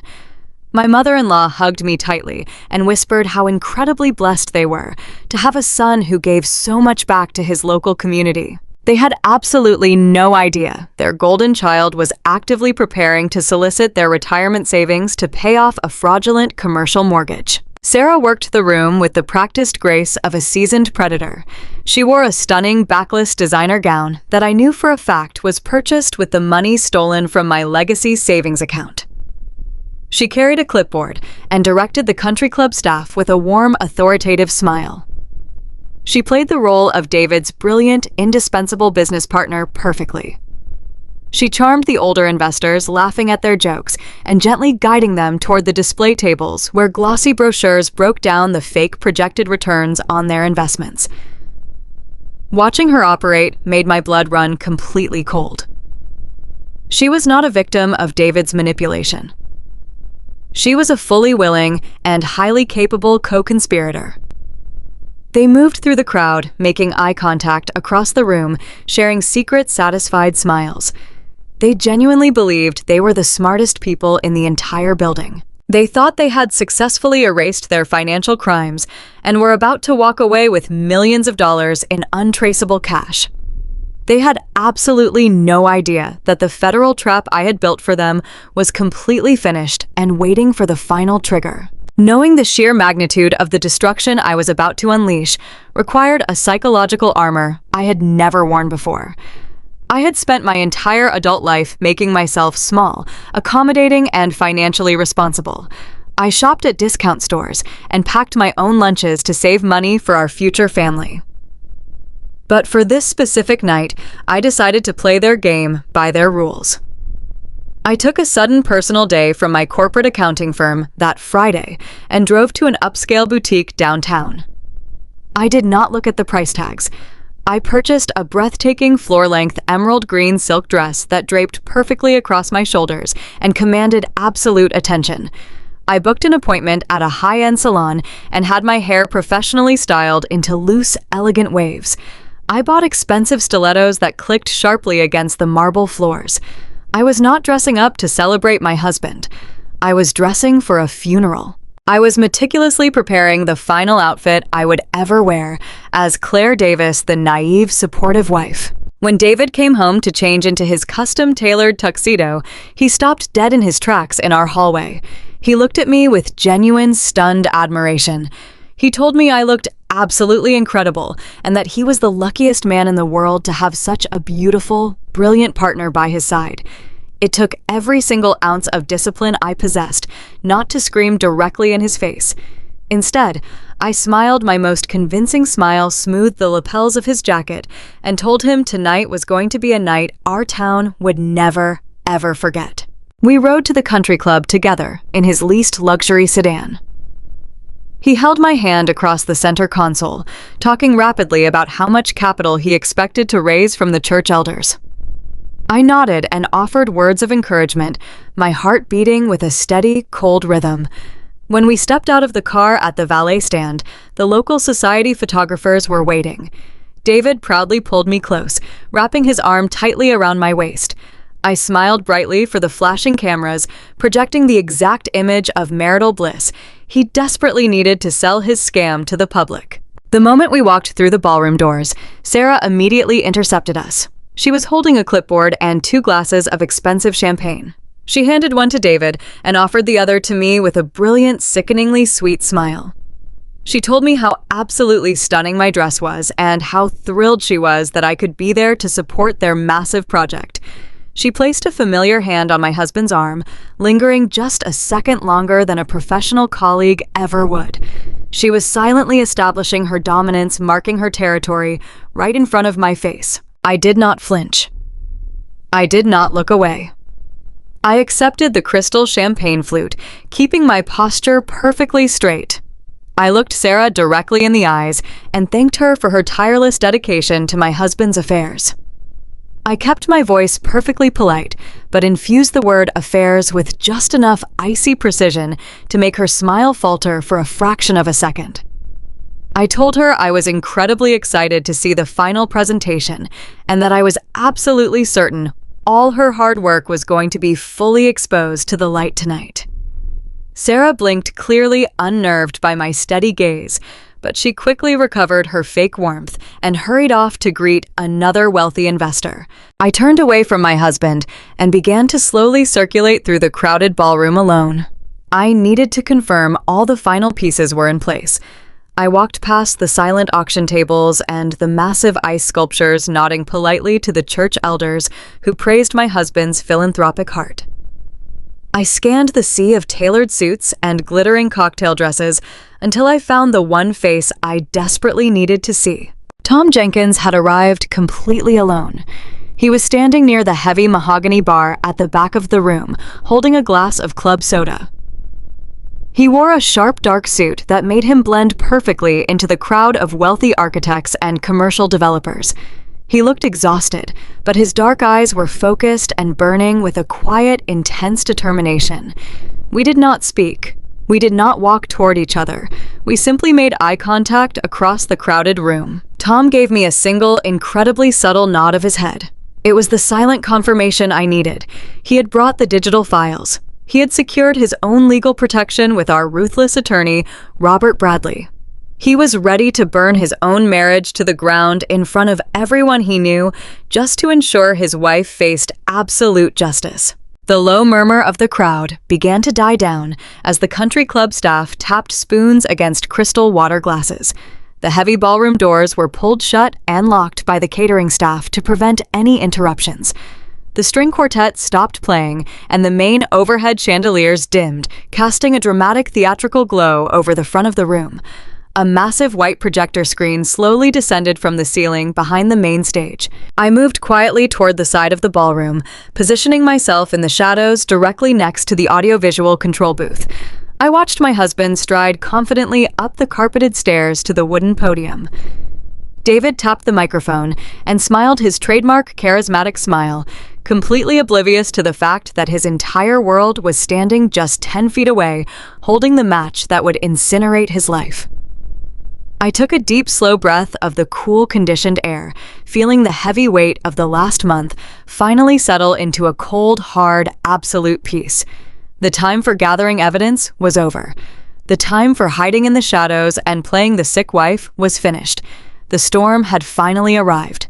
The heavy oak doors of the Oak Ridge Country Club ballroom swung shut, sealing us inside a gilded cage of absolute deception. The low hum of wealthy conversations faded into expectant silence as the massive crystal chandeliers dimmed above us. A warm theatrical spotlight illuminated the polished wooden stage at the front of the room. My husband walked up the steps with the effortless, predatory grace of a man who believed the world was created solely for his consumption. David was wearing a custom-tailored tuxedo, paid for with stolen money, smiling brilliantly at the sea of potential victims.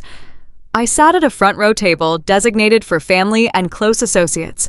My mother-in-law sat beside me, her eyes shining with absolute pride. My father-in-law leaned forward, ready to witness his son's great achievement. Sarah Jenkins stood near the edge of the stage, holding a clipboard, playing the role of the dedicated project manager. Her designer gown sparkled in the low light, a walking testament to my drained savings account. I kept my hands neatly folded in my lap over the emerald green silk of my dress. My pulse was a steady, freezing rhythm. David tapped the microphone. The sound echoed crisply through the massive ballroom. He welcomed the church elders, the local business owners, and the wealthy retirees who had trusted him with their time and their money. His voice was laced with that perfect mixture of humility and ambition that he used to manipulate everyone in our lives. He began his presentation by painting a bleak picture of the east side of our city. He spoke passionately about abandoned buildings, neglected neighborhoods, and the desperate need for a community revitalization project. A massive projector screen descended silently behind him. The first slide clicked onto the screen. It was a heavily edited, dramatic photograph of the dilapidated strip mall they had purchased with the $3.2 million fraudulent loan. David paced across the stage, gesturing broadly. He told the audience that this abandoned commercial space was not an eyesore, but a canvas. He clicked to the next slide, revealing a stunning architectural rendering of a bustling, vibrant community center.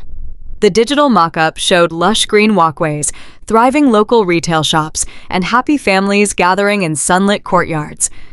It was a beautiful, heartwarming vision designed to pry open the checkbooks of every single person sitting in that room.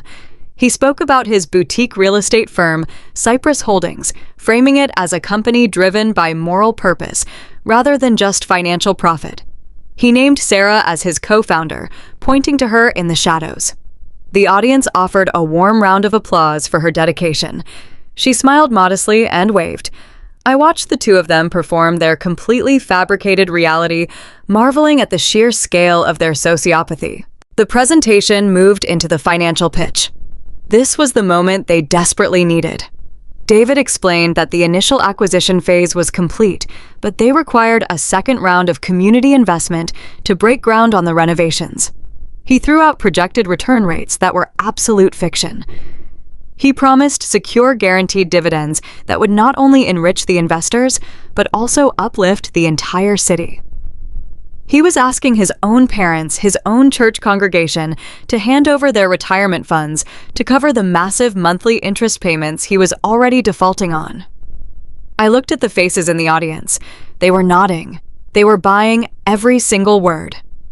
Older couples were whispering to each other, clearly calculating how much they could afford to pledge. David had them completely mesmerized. I knew it was time. I smoothly pushed my chair back from the table. My mother-in-law looked over her brow, furrowing in slight annoyance at the interruption. I leaned close to her ear and whispered that I desperately needed a glass of water and would be right back. She gave a curt nod and turned her attention immediately back to her golden child on the stage. I stood up and walked silently down the side aisle of the ballroom, moving away from the spotlight and slipping into the heavy shadows near the back doors. The audiovisual control booth was a small elevated platform tucked into the rear corner of the room. It was manned by a single country club technician, a college-aged kid wearing a headset and staring boredly at a glowing laptop screen. He was running David's polished presentation slides from the primary computer. I climbed the 3 carpeted steps into the booth. The technician looked up, startled by my sudden appearance. I offered him a warm, authoritative smile. I told him I was the presenter's wife and the chief financial officer of the company. I kept my voice low, polite, but entirely commanding. I said my husband had just sent me a frantic text message because he accidentally left the final financial projection slides off of the main presentation file. I pulled the silver flash drive from my small evening clutch and held it up. I told the technician I needed to upload the missing slides immediately before David reached the end of his speech. The kid hesitated for a fraction of a second, but I was older, dressed in an expensive gown and speaking with the absolute confidence of someone who owned the building. He nodded, slid his chair back, and gestured to the laptop keyboard. He told me to go ahead and drop the file into the presentation folder. I thanked him, stepping in front of the glowing screen. I did not open the presentation software. I bypassed his slideshow completely. I plugged the silver drive into the USB port and opened my own meticulously organized master folder. I maximized the image viewer to full screen mode, setting it to override the current display. I looked up at the stage. David was reaching the emotional climax of his pitch. He was standing center stage, his arms wide open, asking the community to join him in building a legacy that would outlast them all. He asked the audience to look at the screen behind him to see the final glorious vision of their shared future. I pressed the enter key. The beautiful architectural rendering of the community center vanished. In its place, a massive high-definition image flashed across the 20-foot projector screen. It was a bank wire transfer receipt blown up to a staggering size. The bright white document illuminated the darkened ballroom with harsh, unforgiving light. The transaction clearly showed exactly $64,500 being drained from my personal legacy savings account and deposited directly into a commercial checking account registered to Cypress Holdings. The ballroom fell into a sudden, confused silence. David stopped speaking mid-sentence. He turned around to look at the screen, annoyed, assuming the country club technician had accidentally clicked on a private administrative file. He tapped his microphone and nervously joked that they were experiencing a slight technical difficulty. But I did not give him time to recover. I clicked to the next image in the folder. The screen shifted. Now towering above my husband was the $3.2 million commercial lending agreement from the National Bank. I had highlighted the specific borrower details in bright neon yellow. Cypress Holdings was listed as the primary entity, but directly underneath it, magnified for every single investor to read, was the forged personal guarantee. My name, Claire Davis, sat next to a meticulously copied signature. A low murmur began to ripple through the audience. People were squinting, trying to read the massive legal document. David froze completely. The charismatic smile melted off his face, replaced by a mask of absolute paralyzing terror. He stared at his own forged handiwork glowing brightly above him.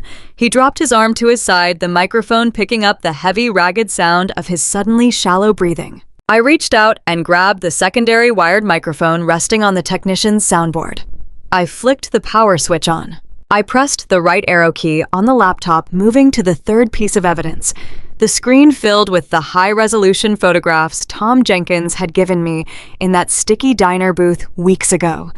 There was David and Sarah at the luxury resort in Sedona, sharing a bottle of expensive wine. There was Sarah standing next to her brand-new imported Porsche, laughing happily. There was the cash deed to the luxury high-rise condominium downtown, registered exclusively in Sarah's name. The murmur in the ballroom erupted into a chaotic wave of gasps and shocked exclamations. My father-in-law stood up from his front row seat, his face turning a dangerous shade of purple. Sarah Jenkins, standing near the edge of the stage, looked like she was about to faint. She stumbled backward, dropping her clipboard. The loud clatter of plastic hitting the wooden floor echoed sharply through the room. I lifted the microphone to my mouth. "Ladies and gentlemen," my voice boomed through the massive overhead speakers, cold, steady, and amplified to absolute perfection. I apologize for the interruption, but my husband seems to have forgotten a few key details in his financial prospectus. Every head in the ballroom whipped around, searching for the source of the voice. They found me standing in the elevated control booth at the back of the room, looking down at the stage. The Community Revitalization Project.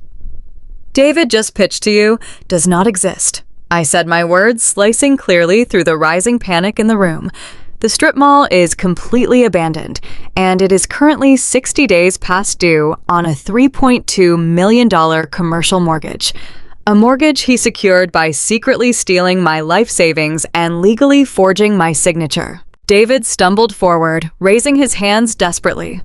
"Claire, turn that off. Turn off the microphone right now. This is a misunderstanding." "There is no misunderstanding." I continued, refusing to let him speak over me. "I am a corporate accountant, and I have traced every single penny of the money you are being asked to invest tonight. Cypress Holdings is nothing more than a shell company. David and his partner, Sarah Jenkins, are not paying contractors to fix roofs or pave parking lots. They are embezzling the loan capital to pay themselves a combined monthly executive salary of $30,000. I clicked to the next slide. An internal accounting ledger appeared on the screen, showing the exact flow of stolen money into personal luxury purchases. They used the principal loan funds to buy the luxury vehicles currently parked at the valet stand outside, I said, breaking down the exact brutal math to the wealthy audience. They used it to purchase a secret downtown condominium in cash, and because they have recklessly spent the bank's money on themselves, they cannot afford the massive monthly interest payments required to keep the property out of foreclosure. That is why you are all sitting here tonight. The church elders were whispering frantically to each other. One of the local business owners began shouting, demanding to know where his initial investment check had gone. The illusion of the successful Dixon family empire was crumbling into dust in real time. "This gala is a Ponzi scheme," I announced, my voice completely unwavering. "David is soliciting your hard-earned retirement funds and your charitable donations so he can use your new money to pay the past due interest on his fraudulent loan. If you write him a check tonight, you are not renewing a community. You are simply funding his mistress's lifestyle and delaying his inevitable federal indictment." "Shut her up!" David screamed, completely losing his mind. He lunged toward the edge of the stage, pointing frantically at the control booth. "Somebody turn off the power. She is lying. She is crazy." But no one moved to stop me. The country club technician had backed away from the console, staring at the screen in wide-eyed shock. The wealthy investors in the audience were no longer looking at me like a crazy woman. They were looking at the meticulously documented proof glowing brightly on the 20-foot screen. Numbers do not lie, and I had brought the master ledger. Sarah tried to slip out the side exit near the kitchens. But before she could even reach the brass handle, the heavy door was pushed open from the outside. Tom Jenkins stepped into the doorway, blocking her only path of escape. He was wearing a sharp, dark suit, his face entirely devoid of emotion. Sarah let out a pathetic, terrified sob trapped between the stage and the man she had betrayed. I stood in the booth, gripping the edge of the console. For years, I had made myself small. I had packed his lunches, paid the utility bills, and sacrificed my own dreams to build a stable foundation for a man who viewed my devotion as a weakness to be exploited. He believed he could rob me blind and leave me to face federal prison while he walked away with millions.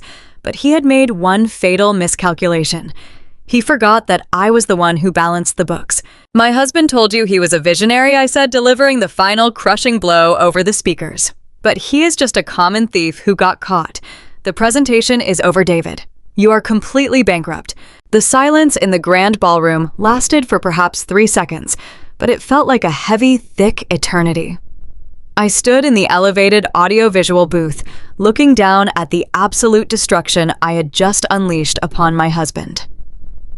The 20-foot projector screen behind him continued to glow with the undeniable digital proof of his massive financial crimes. The internal accounting ledgers, detailing his embezzlement, were painted in bright white light across his custom-tailored tuxedo. Then, the collective shock shattered, and the room exploded into total, uncontrollable pandemonium. It was a terrifying and beautiful thing to witness. The wealthy church elders, who had just been nodding along to his heartwarming philanthropic pitch, were now on their feet, shouting over each other. A prominent local business owner, who had already written a substantial investment check, charged toward the front of the stage, demanding his money back. The illusion of the successful community renewal project crumbled into dust right in front of my eyes. David stood frozen at the wooden podium, gripping the edges so tightly his knuckles were completely white. He was a master manipulator who had spent his entire adult life talking his way out of every corner, but he had absolutely no words for this. He stared out at the sea of angry, betrayed faces, desperately searching for a single sympathetic ally.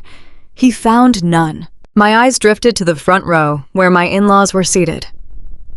My father-in-law, a man who prided himself on his impeccable reputation and strict moral compass, was standing rigidly.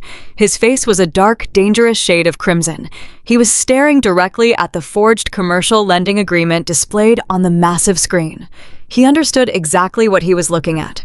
He recognized my forged signature, and he understood the staggering $3.2 million liability his golden child had fraudulently placed upon my shoulders. My mother-in-law was sitting perfectly still, clutching her evening bag to her chest, while silent tears streamed down her face. These were not the joyful tears of a proud mother celebrating her son. This was the crushing, humiliating realization that her son was a common thief who preyed on his own family. David finally locked eyes with his father. He opened his mouth and tried to speak into the microphone, to offer some pathetic excuse, but his father simply shook his head in absolute disgust. My father-in-law reached down, gently took his weeping wife by the arm, and turned his back on his son. They walked straight down the center aisle of the ballroom, ignoring David as he called out to them. They pushed through the heavy mahogany doors and walked out into the night, abandoning him to the consequences of his own disastrous choices. While the crowd swarmed the front of the stage demanding answers, I shifted my attention to the shadows near the catering entrance. Sarah Jenkins had realized the game was entirely over. She had dropped her clipboard and was desperately trying to slip away unnoticed. She moved quickly along the back wall, her expensive designer gown sweeping across the polished hardwood floor. She thought she could simply walk out the service doors, climb into her brand-new imported sports car, and drive away from the collapsing Ponzi scheme while David took the fall. But she had made a fatal miscalculation. She had underestimated the quiet, devastating resolve of the man she had betrayed. As Sarah reached her hand toward the brass handle of the service exit, the door was pushed open from the other side. Tom stepped directly into the threshold, blocking her only path of escape. He stood there in his dark suit, looking down at his wife with an expression of absolute freezing calm. I watched from the booth as Sarah recoiled, stumbling backward in her expensive high heels. She raised her hands defensively, her mouth moving rapidly as she tried to deploy whatever lies she had prepared. But Tom did not argue with her. He did not yell. He did not ask for an explanation. He simply reached into the inner pocket of his suit jacket and withdrew a thick folded stack of legal documents. He held them out toward her. Sarah refused to take them, crossing her arms tightly over her chest and shaking her head frantically. Tom did not blink. He stepped forward and calmly dropped the divorce papers directly at her feet. The thick packet hit the hardwood floor with a heavy thud. Tom looked her in the eyes one final time, then turned and walked away, leaving her standing alone and destitute in the corner of a room filled with people who now knew exactly what kind of monster she truly was. She had traded her marriage for a secret luxury condominium and stolen money, and now she had absolutely nothing left. The chaos in the ballroom was reaching a dangerous crescendo. Investors were shouting threats and demanding their checks be returned immediately. David was pacing frantically back and forth across the stage, his charismatic facade entirely stripped away, leaving only a desperate, panicked animal trapped in a cage of his own making. He was screaming at the country club staff to turn off the projector, but nobody moved to help him. I stood perfectly still in the control booth, watching the final moments of his false empire. I knew the investors were angry, but I also knew that civil lawsuits and angry church elders were not enough to secure my freedom. I needed the forged commercial loan permanently destroyed, and I needed David entirely removed from society so he could never forge my name or threaten my livelihood again.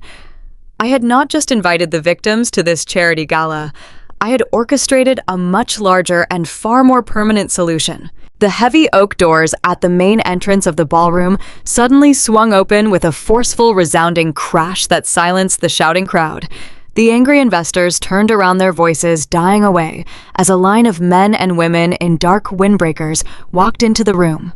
The bright yellow letters printed across the backs of their jackets were unmistakable. They were federal agents from the white-collar crime division. Following closely behind the lead agent was Robert Bradley, the ruthless forensic divorce attorney Tom and I had hired with our last remaining clean funds. Robert was wearing a sharp-tailored suit and carrying a leather briefcase, looking entirely satisfied with the destruction unfolding around him. He had taken the notarized legal confession David had foolishly signed for the Nevada bridge loan, along with the cloned digital hard drive, and handed it directly to federal prosecutors. The staggering amount of money involved, the forged bank documents, and the interstate wire transfers had triggered an immediate and overwhelming federal response. The lead agent stepped forward, holding a stack of federal warrants. He spoke with a loud, commanding voice that cut through the remaining tension in the room, instructing everyone to stand back and clear the center aisle. Two agents moved swiftly down the aisle, marching directly up the carpeted stairs to the main stage.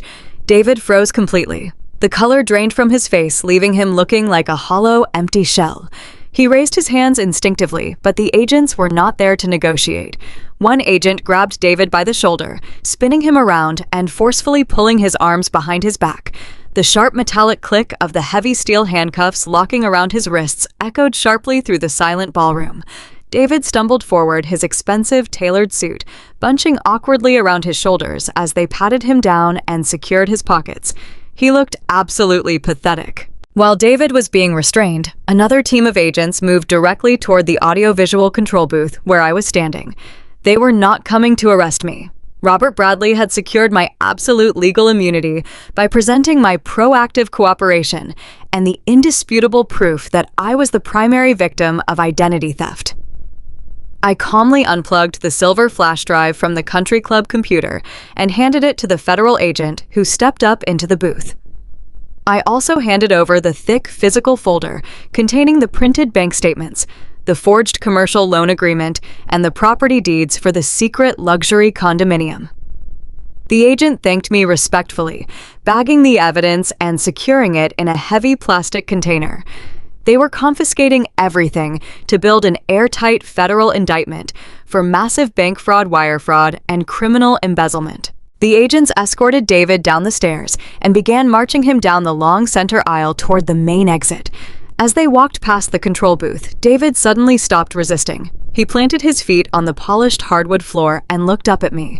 His eyes were wide, filled with a mixture of absolute terror and complete disbelief. He stared at me as if I were a total stranger. For 5 years, he had believed I was a naive, overly responsible corporate bookkeeper who would blindly sacrifice my own happiness to fund his grand delusions. He believed I was weak because I was kind. He believed my absolute trust was a vulnerability he could infinitely exploit. He looked up at the woman standing in the shadows above him and finally realized that the very person he had chosen to use as his financial stepping stone was the architect of his total annihilation. I did not offer him a sad smile. I did not shed a single tear. I looked down at the man who had stolen my life savings and tried to leave me with a $3.2 million debt, and I felt nothing but a freezing, absolute calm. I maintained steady, unblinking eye contact with him until the federal agent shoved him forcefully between the shoulder blades, forcing him to keep walking.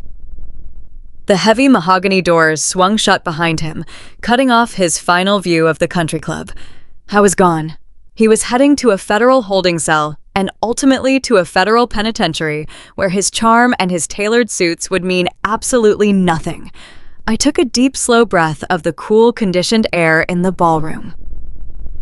The oppressive, terrifying weight that had been crushing my chest for the last month vanished entirely. I smoothed the fabric of my emerald green silk dress, picked up my small evening clutch, and walked down the stairs from the control booth. I walked right past the stunned investors and the silent country club staff. I stepped out into the cool, dark Ohio night, a completely free and independent woman ready to finally begin my own life. The heavy oak doors of the country club closing behind my husband was not the final chapter of this nightmare. It was merely the opening scene of his absolute and total destruction. When the federal agents escorted David into the cool Ohio night in handcuffs, his perfectly constructed facade shattered into a million unfixable pieces. The fallout was swifter and far more brutal than I had ever imagined. Robert Bradley, the ruthless forensic attorney Tom and I had hired, did not just hand the authorities a stack of printed emails. He handed them a meticulously curated, airtight roadmap of a massive criminal enterprise. The white-collar crime division spent the next 48 hours executing search warrants on the abandoned strip mall and the luxury downtown condominium Sarah Jenkins had purchased with my stolen savings. The evidence they seized was completely overwhelming, but the most important piece of paper in that entire mountain of evidence was the notarized affidavit David had foolishly signed for the Nevada bridge loan. That single document became my absolute salvation. The massive commercial lending institution that held the original $3.2 million mortgage tried to come after me exactly as I had feared. Their aggressive corporate attorneys sent threatening letters demanding the immediate liquidation of my personal assets to cover the severe default. They thought they could easily steamroll a corporate bookkeeper. They had absolutely no idea they were walking directly into a legal buzzsaw. Robert Bradley intercepted their threats and presented them with David's sworn federal confession. The affidavit explicitly stated, under penalty of perjury, that I had absolutely zero knowledge of the loan and received absolutely zero financial benefit from the dispersed funds. Combined with the digital trail, proving my signature was a digital forgery traced from an old tax return, the bank realized their own highly paid loan officers had authorized a multi-million-dollar mortgage based on massive criminal fraud. To avoid a highly public and humiliating federal lawsuit regarding their negligent lending practices, the bank immediately severed my name from the debt. I was completely absolved of the $3.2 million liability. My pristine credit score remained entirely untouched, and my legal assets were permanently protected. While I secured my financial freedom, Tom Jenkins executed a masterclass in domestic justice. Because Tom had discovered the affair early and documented exactly how Sarah was embezzling commercial loan funds to buy luxury goods and real estate, his divorce proceedings were entirely one-sided. He did not negotiate with the woman who had betrayed him. He annihilated her. Tom presented the family court judge with the undeniable proof that Sarah was actively involved in a federal Ponzi scheme. The judge was absolutely horrified. Tom was immediately granted full permanent custody of their children. He retained absolute ownership of his successful architectural firm and kept every single penny of his premarital assets. Sarah was left completely destitute. The federal government seized her luxury sports car and her cash-bought downtown condominium as the direct products of wire fraud. She tried to beg her wealthy country club friends for help, but after witnessing her public humiliation at the charity gala, every single door was permanently slammed in her face. The woman who had worn a designer gown purchased with my life savings was forced to move into a tiny rundown studio apartment on the industrial edge of the city. She currently works a minimum wage retail job, completely isolated from the children she prioritized less than her own greed. As for David, his arrogant belief that he could outsmart the federal government evaporated the moment he stepped inside a federal courtroom. He desperately tried to negotiate a favorable plea deal, attempting to throw Sarah under the bus to reduce his own sentence. But federal prosecutors do not offer deals to men who forge their wives' signatures and steal millions from conservative church elders. The wealthy local investors he had defrauded were absolutely merciless. They attended every single pretrial hearing, sitting in the gallery and demanding the maximum possible penalty. The most devastating blow to David came from his own family. My father-in-law, a man who built his entire life on the foundation of a pristine public reputation, was so deeply disgusted by his son's actions that he completely disowned him. His parents refused to pay a single dollar toward his legal defense. They packed up their home and moved to a different state entirely, just to escape the crushing local humiliation. David was forced to rely on an overworked public defender who could do absolutely nothing against the mountain of digital evidence I had stolen from his dead-bolted home office. I sat in the back row of the federal courtroom on the day of his final sentencing. David looked entirely unrecognizable. The custom-tailored suits and the expensive peppermint cologne were gone, replaced by a standard-issue orange prison uniform and the hollow, exhausted posture of a completely broken man. The federal judge did not show him an ounce of mercy. He lectured David on his profound lack of moral character and his predatory exploitation of the people who loved him most.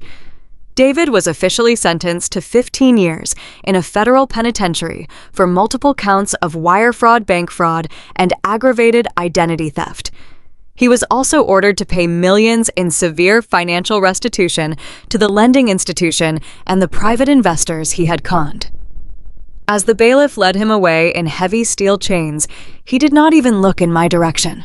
His reputation in our quiet suburban town was completely incinerated, and his grand illusions of building a massive real estate empire were permanently buried behind high concrete walls and razor wire. With the monster finally removed from my life, I was able to focus entirely on my own rebirth. The federal court recognized that the initial $65,000 drained from my legacy savings account was the seed money for the entire criminal enterprise. Through court-ordered restitution and the immediate liquidation of David's seized assets, I actually got every single penny of my money back. I did not keep the quiet suburban house we had shared. The memory of his deception was baked into the drywall, and I refused to live inside a crime scene. I sold the property for a significant profit and used the combined funds to purchase a beautiful historic brick home in a vibrant neighborhood closer to the city center. It has a massive wrap-around porch, a huge kitchen, and it belongs entirely and exclusively to me. My professional life blossomed in the absence of his constant psychological manipulation. The corporate logistics company where I worked recognized the incredible forensic accounting skills I had demonstrated during the federal investigation. They realized my fierce dedication to the truth and my ability to handle crushing high-stakes pressure. Less than a year after the trial, I was officially promoted to Chief Financial Officer. I now manage a massive corporate budget, earning a salary that ensures I will never have to worry about my financial security ever again. I drive a brand new car that I bought for myself, and I take beautiful long vacations to places I actually want to see. Tom Jenkins and I remained incredibly close through the entire ordeal. Surviving a betrayal of that magnitude creates an unbreakable bond between two people. We are not romantically involved, but we are family in the truest sense of the word. We meet for black coffee every single Tuesday night at that exact same sticky highway diner where he first showed me the forged loan documents. We sit in that vinyl booth and we talk about our lives, our careers, and our futures. It is a quiet weekly tradition that serves as a powerful reminder of exactly where we started and how incredibly far we have come. We both stood in the dark, and instead of letting the shadows consume us, we burned the entire building to the ground and walked out into the light. If you are watching this and you are the reliable one in your relationship, the one who sacrifices, the one who compromises, the one who is constantly making yourself smaller to accommodate someone else's ego, I want you to listen to me very carefully. If you are the one keeping the ship afloat while someone else drills holes in the hull stop, bailing water, let them sink. You owe yourself the exact same fierce loyalty that you keep pouring into people who view your devotion as a weakness to be exploited. Never let someone convince you to set yourself on fire just to keep their shadow empire warm. True partnership is built on absolute respect, not parasitic extraction. I reclaimed my life, my finances, and my future because I finally realized that my unconditional support was a privilege they no longer deserved. If my story resonated with you, or if you have ever had to execute a perfect legal counterattack to save yourself from a toxic situation, please hit that like button and subscribe to the channel. I share these stories because I know there is someone out there right now who desperately needs to hear that survival is entirely possible. I want to hear from you. Drop a comment below and share where you are watching from today and exactly what time it is there. I read every single comment and I love connecting with this amazing community. Until next time, remember your worth, protect your peace, and never be afraid to let the dead weight sink to the bottom of the ocean.